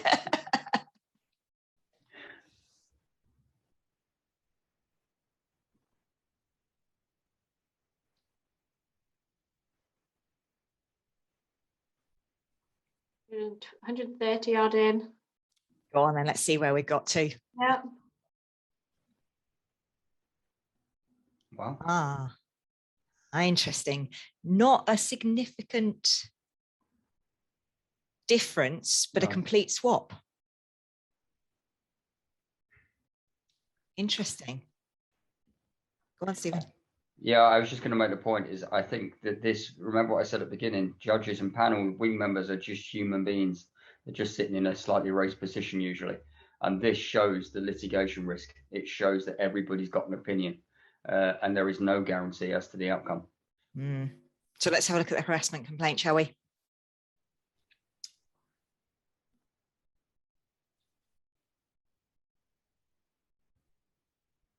Go ahead and vote for us.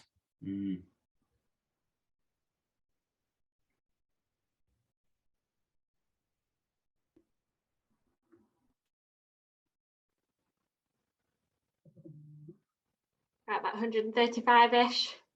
Brilliant. Let's have a look. Drum roll. Oh, the gap's narrowed here. Interesting.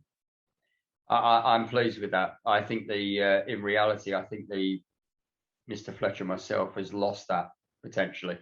The claimant didn't win that point. The actual evidence from me and the way I put it across could have risked losing the case there. So it's interesting that this is a close poll actually. Very. Because I think the point that our advocate as a respondent made, which was this is an unusual statement, was the strongest point.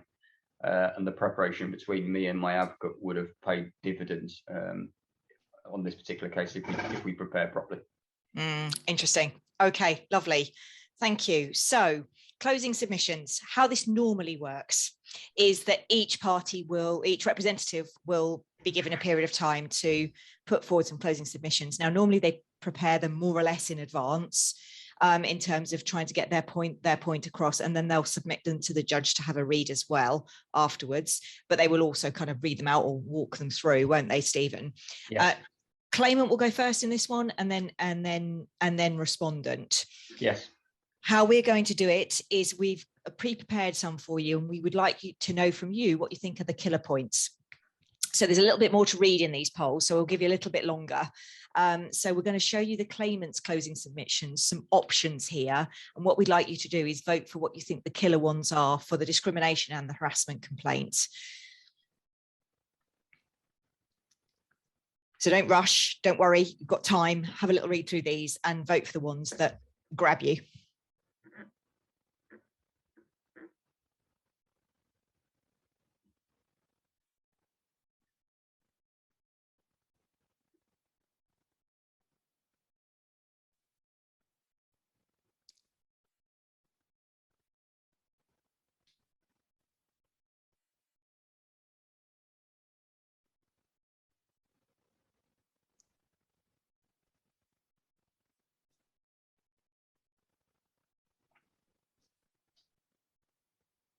You can use the slide bar on the right-hand side to scroll down to see the options for the harassment submissions.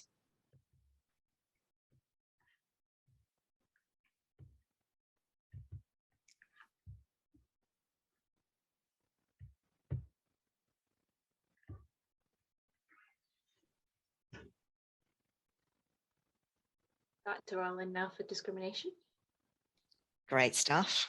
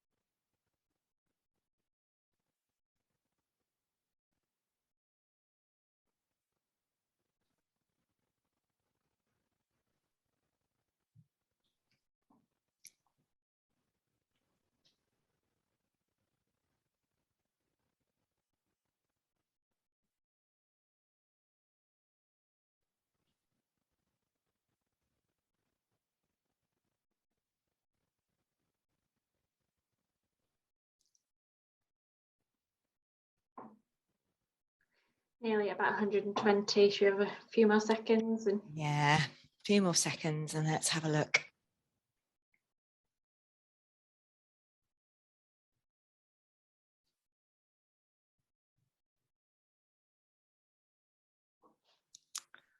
Wonderful. So the respondent was unable to show objective reasons unrelated to nationality. So what this one is really pointing to is that reversed burden that the claimant is saying here that the respondent has been unable to satisfy. So that's obviously what we feel is our strongest argument as far as the discrimination claim, followed quickly by just nudging ahead is the second one, that the evidence demonstrates that I, the claimant, was selected to break into the because of an assumption about my Polish origins. And that was coming out very clearly, wasn't it, in her evidence, that she was saying it was just an assumption. It was just an assumption. Very interesting. Okay, lovely, super. Let me go down and have a look at the harassment ones then. And again, you'll need to scroll just to see these. We can't drive that for you. The forerunner here is saying you don't recall isn't the same as saying you didn't do it, which is a point I think that came across very powerfully. That's excellent. And then we've got near more or less level pegging on the other points. It is related to a protected characteristic, and that it was unwanted to her. But the killer point we're saying we need to get across is don't recall isn't the same as you're saying you didn't do it, which is great. Okay. And bearing in mind the purpose of these submissions is to help the judge formulate their view. So as judge for the day, these are helping me in terms as I'm taking my view on the decision. And we honestly do kind of don't make a foregone conclusion on this. We do see how the evidence comes out. So let's have a look at the respondent submissions then. Again, same approach. Some submissions for the discrimination and some submissions for the harassment. Scroll down to find the harassment ones.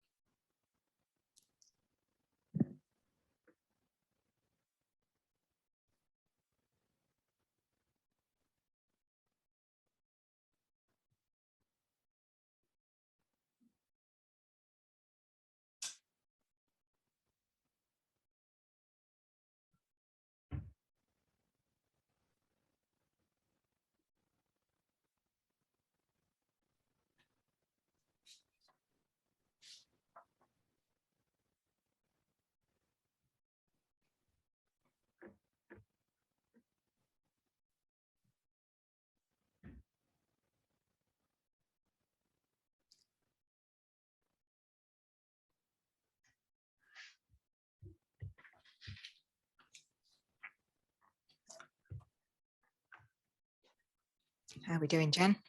Approaching the 100 mark. Nice.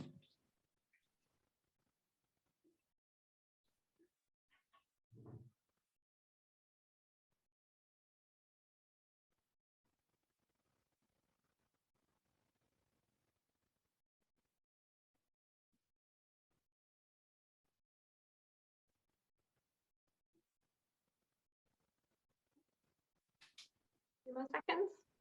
Yeah, go on then. Okay.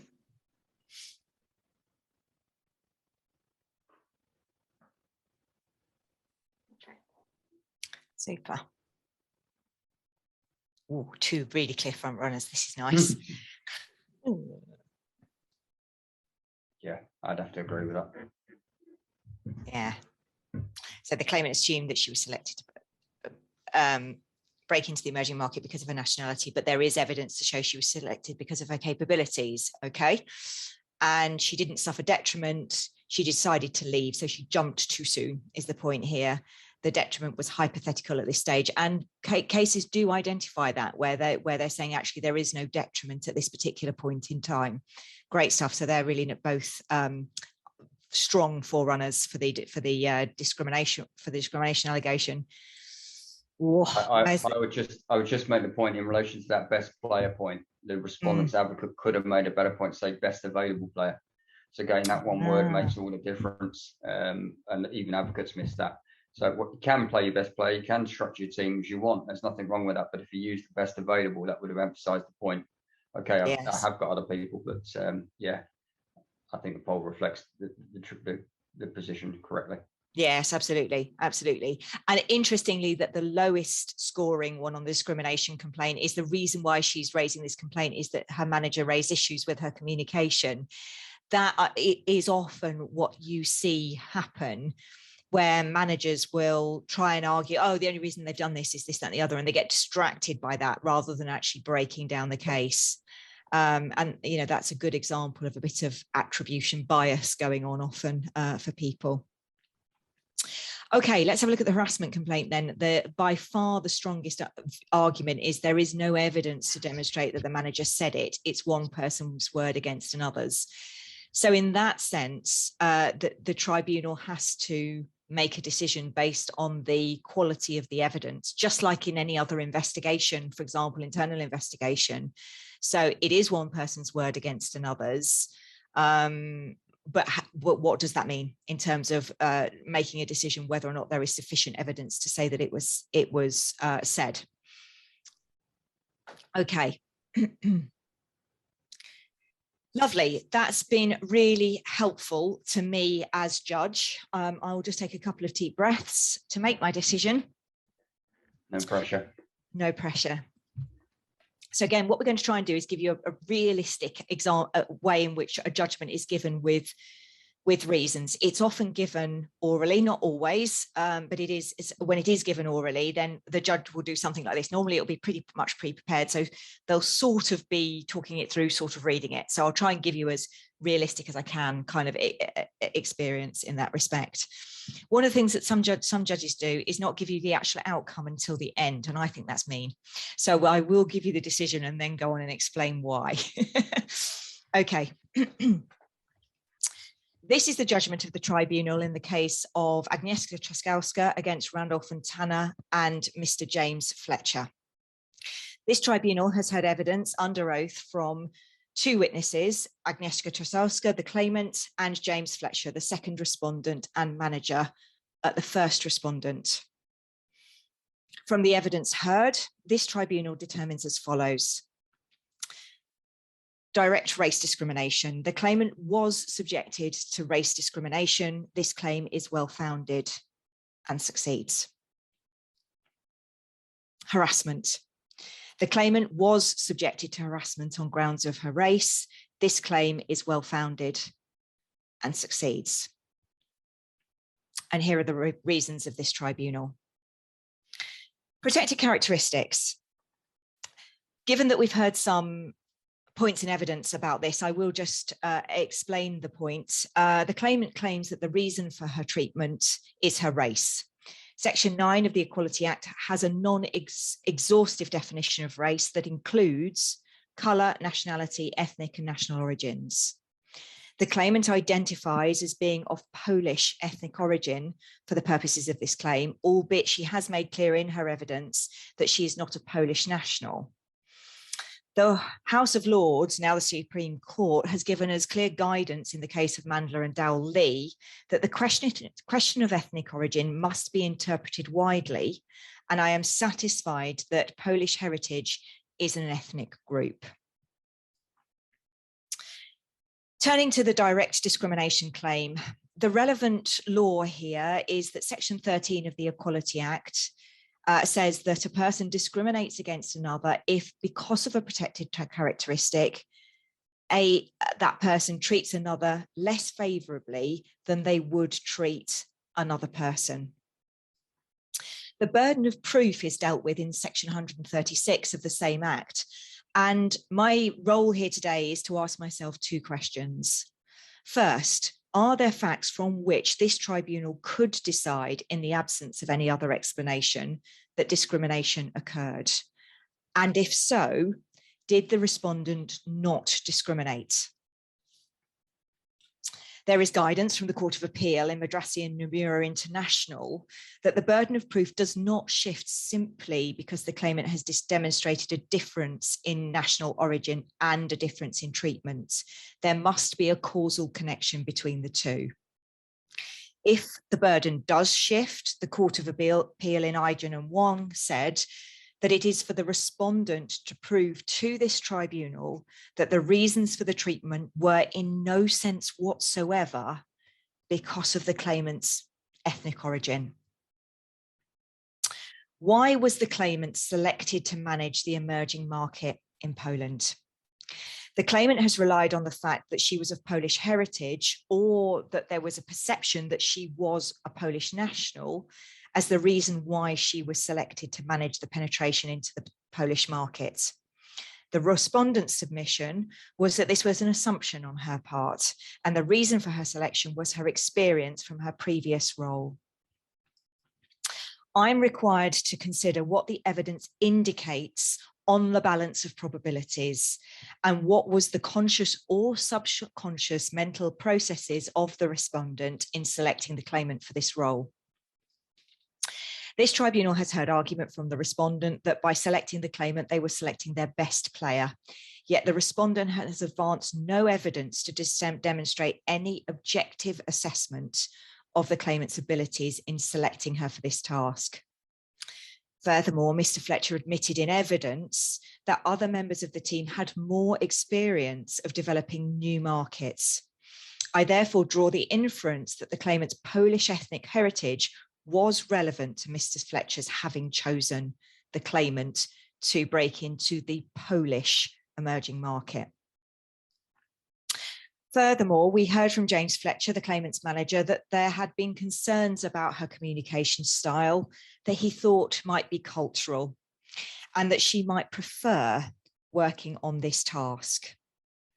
In his evidence to this tribunal, Mr. Fletcher sought to distance himself from his previous conclusion that the communications issues were in fact cultural, but I'm not satisfied that the respondent established that the claimant selection was in no sense whatsoever because of her national origin.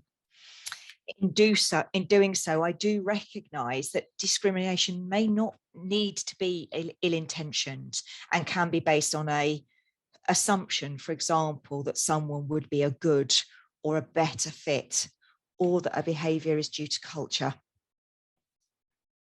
Was the selection less favourable? Was it adverse or detrimental? It's the respondent's case that the selection of the claimant was not adverse or detrimental to her. The House of Lords has given us guidance in Shamoon and Chief Constable of the Royal Ulster Constabulary that detriment occurs where an employee or a worker suffers detriment if a reasonable worker would or might take the view that they have been disadvantaged. The claimant in her evidence referred to a lack of support to develop the new market and the fact that the claimant's target was not adjusted to reflect that Poland was a new market. whilst the respondent's case is that the selection was in fact more favourable to her in that it was making a positive use of her experience, Mr. Fletcher admitted in his evidence that other members of the team had prior experience of establishing new markets, whereas the claimant did not. And therefore, satisfied on the balance of probabilities that choosing the claimant without giving her support, whether in the form of reducing her targets or in other ways, was detrimental and amounted therefore to less favourable treatment.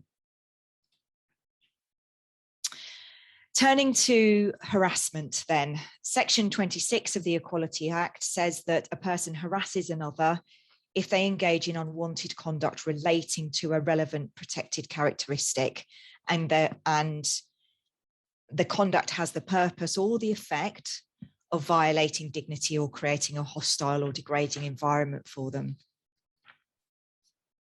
We've heard from the claimant that Mr. Fletcher used the phrase Polish power suit in the team meeting, which she describes as making her feel embarrassed and angry. Mr. Fletcher's evidence is that he does not recall using the word Polish, although he does remember making some reference to the claimant's clothing. Neither party has called evidence to assist this tribunal in respect of this allegation. We have found the claimant to be more specific, consistent, and detailed in her evidence compared to Mr. Fletcher. And as such, we prefer the evidence of the claimant. We therefore conclude on the balance of probabilities that the phrase Polish power outfit was used by Mr. Fletcher. We also accept that the comment created an adverse environment for the claimant and accept her evidence that she felt it created a hostile environment for her. We are mindful that this is a one-off incident and find that it is find it is reasonable that the conduct is to have had that effect, particularly taking account of the recent surrounding circumstances.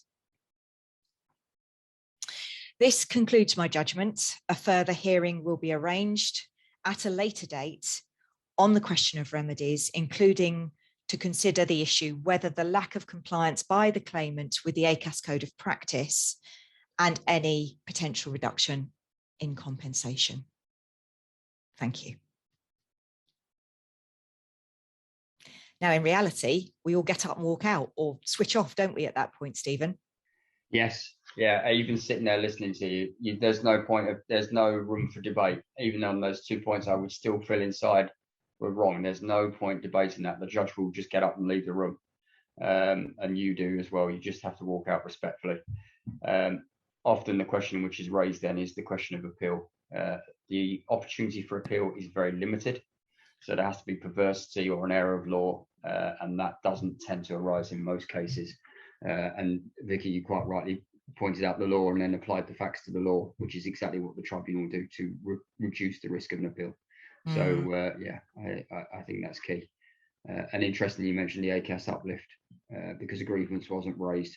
That's an important point not to forget when you're entering your defence, because 25% of 10,000 or 25% of £100,000 is a significant sum. It is. So what's the weakest part of this case from your perspective in terms of where could the judgment have gone the other way in favour of the respondent, do you think, Stephen?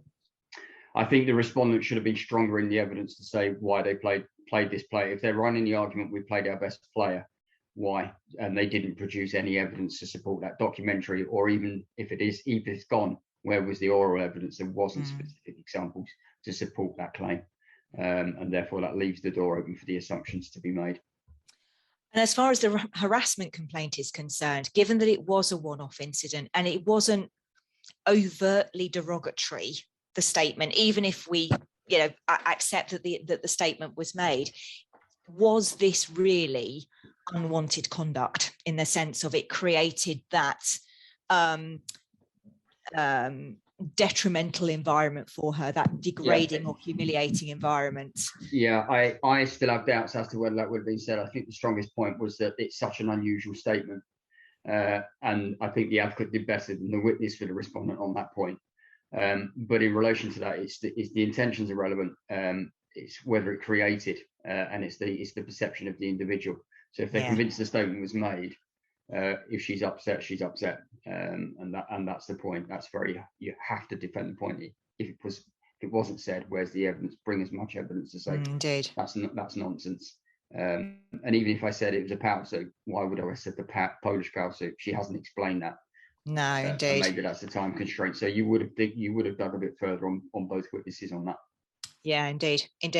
And you're right, these things are judged subjectively, but with a one-off incident, there is always an argument of hypersensitivity, which is very, very difficult to run, but needs to be addressed in cases like this, I think. Yeah, I think on most harassment cases, you'll be looking for more than one incident or a chain of events. And again, I think that opportunity was there. Maybe time constraints and preparation that we have do that, but there was certainly a comment which, if it's deemed to be said, would be harassment or inappropriate. Wonderful. Okay. So any questions has that judgment raised in anybody's mind? Please do put them on the chat and we'll deal with them. And then I'll hand over to Joe. In the Q&A function, Vicky, I don't know if you can see that or not. Ah, yes, of course. There they are. Yeah. Great question.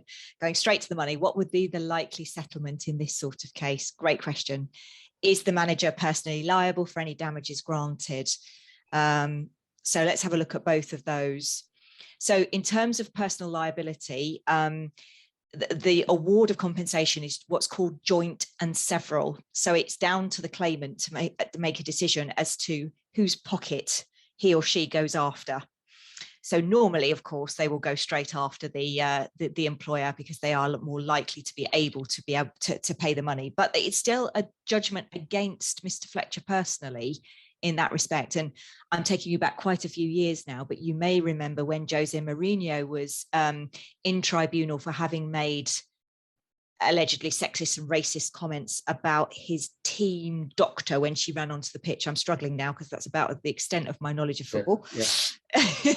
And he was defending the tribunal claim not as a witness, but as a respondent.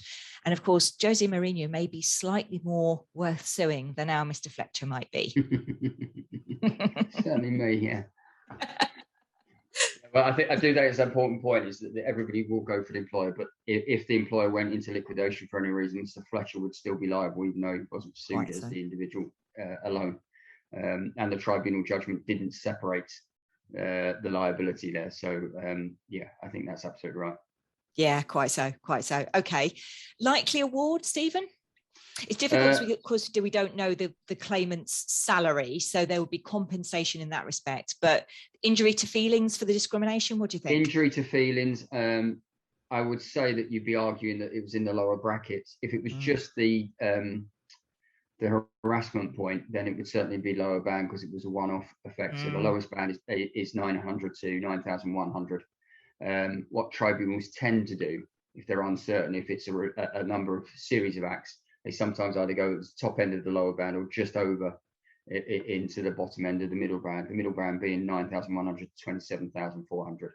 So you could get an award if you were lucky. I think you'd be looking at 3,000 to 4,000 on your best case scenario. If you lost, if you were unlucky, you could be up to about 10 to 12,000. I would have thought tops. And on top of that, loss of earnings, of course. So the claimant has resigned, so she's obviously out of work, however long it takes her to find another job, etc., etc. Yes, absolutely. Good. Okay. Good question about the technical part of the claim. If there remained a question over the Polish reference in the phrase Polish power suit, but it was proven or admitted that he'd commented on her power suit, would this still be considered harassment due to how she felt about it? This is a brilliant question. Of course, it needs to be, the comment needs to be on grounds of a protected characteristic. So thus the importance of Polish in that sense. If the judge had found that power suit was used but Polish wasn't, then that would make the claim for harassment fail, unless, of course, there was some other ground that was claimed that this was perhaps sex discrimination. You know, it would not have been said to a man. Now, that's not how this case has been pleaded, but just to illustrate the point, it does need to relate to a protected characteristic in some way. Yeah, absolutely. If without protected characteristics, just pulling in intimidation. So it's creating a hostile and inappropriate environment. So it has to be linked to a protected characteristic, which is why the point was made Polish power suit rather than power suit. Yeah, quite so. Which takes us on to another question, which is, would the business have had grounds to terminate you, Stephen, for your actions in terms of how you managed this case? Would the employer have taken steps to discipline you, do you think? If they did it after a tribunal hearing, I think that would probably be an unfair dismissal. If they'd taken disciplinary action because they investigated, if she'd raised a grievance in this case and you'd investigated and taken disciplinary action, then you're probably in the realms of where the employer would say, look, we took all reasonable steps. And once it was brought to our attention, we also took further appropriate steps. So it may go to mitigating losses and coming across as reasonable. But again, you don't normally run that defence, because by admitting that you punish somebody, admits that there was a discriminatory act. Quite so. So it's quite a difficult one, and that's why it's so important to create a culture where employees raise these concerns internally, so that they can be addressed. It's not just risk management; it's actually about addressing the broader issues. But you have to, if you're going to discipline promptly. Don't wait. Don't wait until the tribunal claim. No, quite so. Yes, actually, we did it. Yeah, absolutely. So just picking up on that, I thought an employee had to raise a grievance before it goes to an ET. Not any longer. It used to be the case, but now an employee can raise a claim before raising a grievance. But if they fail to do so and do so unreasonably, then actually they can suffer a reduction in compensation, which was that last part of the judgment where I said, I'll organise a separate remedies hearing in order to consider the question of compensation, including whether there should be a reduction in the compensation for the claimant as a result of an unreasonable failure to raise a grievance. Great stuff. Am I correct in thinking that there is no upper limit on a discrimination claim? You absolutely are. Well done. Yes, you absolutely are. So whilst it's made up of two elements and there are these bands, as Stephen was talking about, the overall award is not capped like it is in an unfair dismissal claim, for example. Good. Aha! Now this is nice. Why didn't we think of this, Stephen? I love this one. Would more evidence be required if the manager said he stated a polished outfit and claimant actually had heard it? That's genius. There's an advocate in the making. Yes, I love that. We're so having that for future cases of these. Well done. That's brilliant. But you're absolutely right. It would have to be explored in a lot more detail, and the judgment would have to go into a lot more detail, therefore, as to why the tribunal has gone one way or the other in terms of whose evidence they preferred. But that whole sense of, on the balance of probabilities, is it A or B, is still the same, even in a more detailed or nuanced example like that. Brilliant point. Well done. Super. I think that's bringing us to the close of the event then. So Joe, thank you again for giving us the opportunity to present this. I hope everybody's enjoyed it as much as Stephen and Jen and I have done. Just to follow up for everyone, we will, through Joe, send you a kind of an ebook of some additional tools on tribunals, because we support some of the UK's largest employers on all things tribunals, on training, on investigations, including things like witness training. So there's lots of resources available. You can also click on our website and join our regular updates. So please do keep in touch with us. Don't forget good old LinkedIn either. Stephen and I both set Sunday Best. You're Stephen Foster and I'm Victoria Roberts on LinkedIn. So do join us. Jen, are you Jen? I think I'm Jen rather than Jennifer. There we go. So do look out for us and join and link in with us. It'd be great to see you. And I'll hand over, Joe, to you to finish us up for the afternoon. Brilliant. Thanks very much. It's been a fantastic session. Thanks very much to everybody for all the positive comments that's coming through. I'd love to thank Vista. I think you've done an absolutely tremendous job. The effort and resource that you put into this has been countless. So thanks very much. I'd also like to thank Yvonne as well, Yvonne Saxon, who hasn't been able to be present today, but she was actually, present in the video. So thanks very much to Yvonne. I hope that everyone's found it useful. I think that you have. I will send out some correspondence to everybody that has registered, and I will be putting a post on LinkedIn. So please feel free to put some comments on there. You know, we'd really appreciate your comments and sort of spreading the word as you will.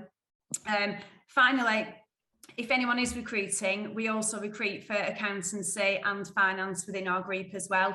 But that comes to say thanks very much. I hope you've enjoyed the session, and yeah, thanks very much for the panelists and to the listeners for tuning in. Yeah, thanks for all the interaction. Thank you, Joe. Bye-bye. Thanks, Joe. Bye-bye.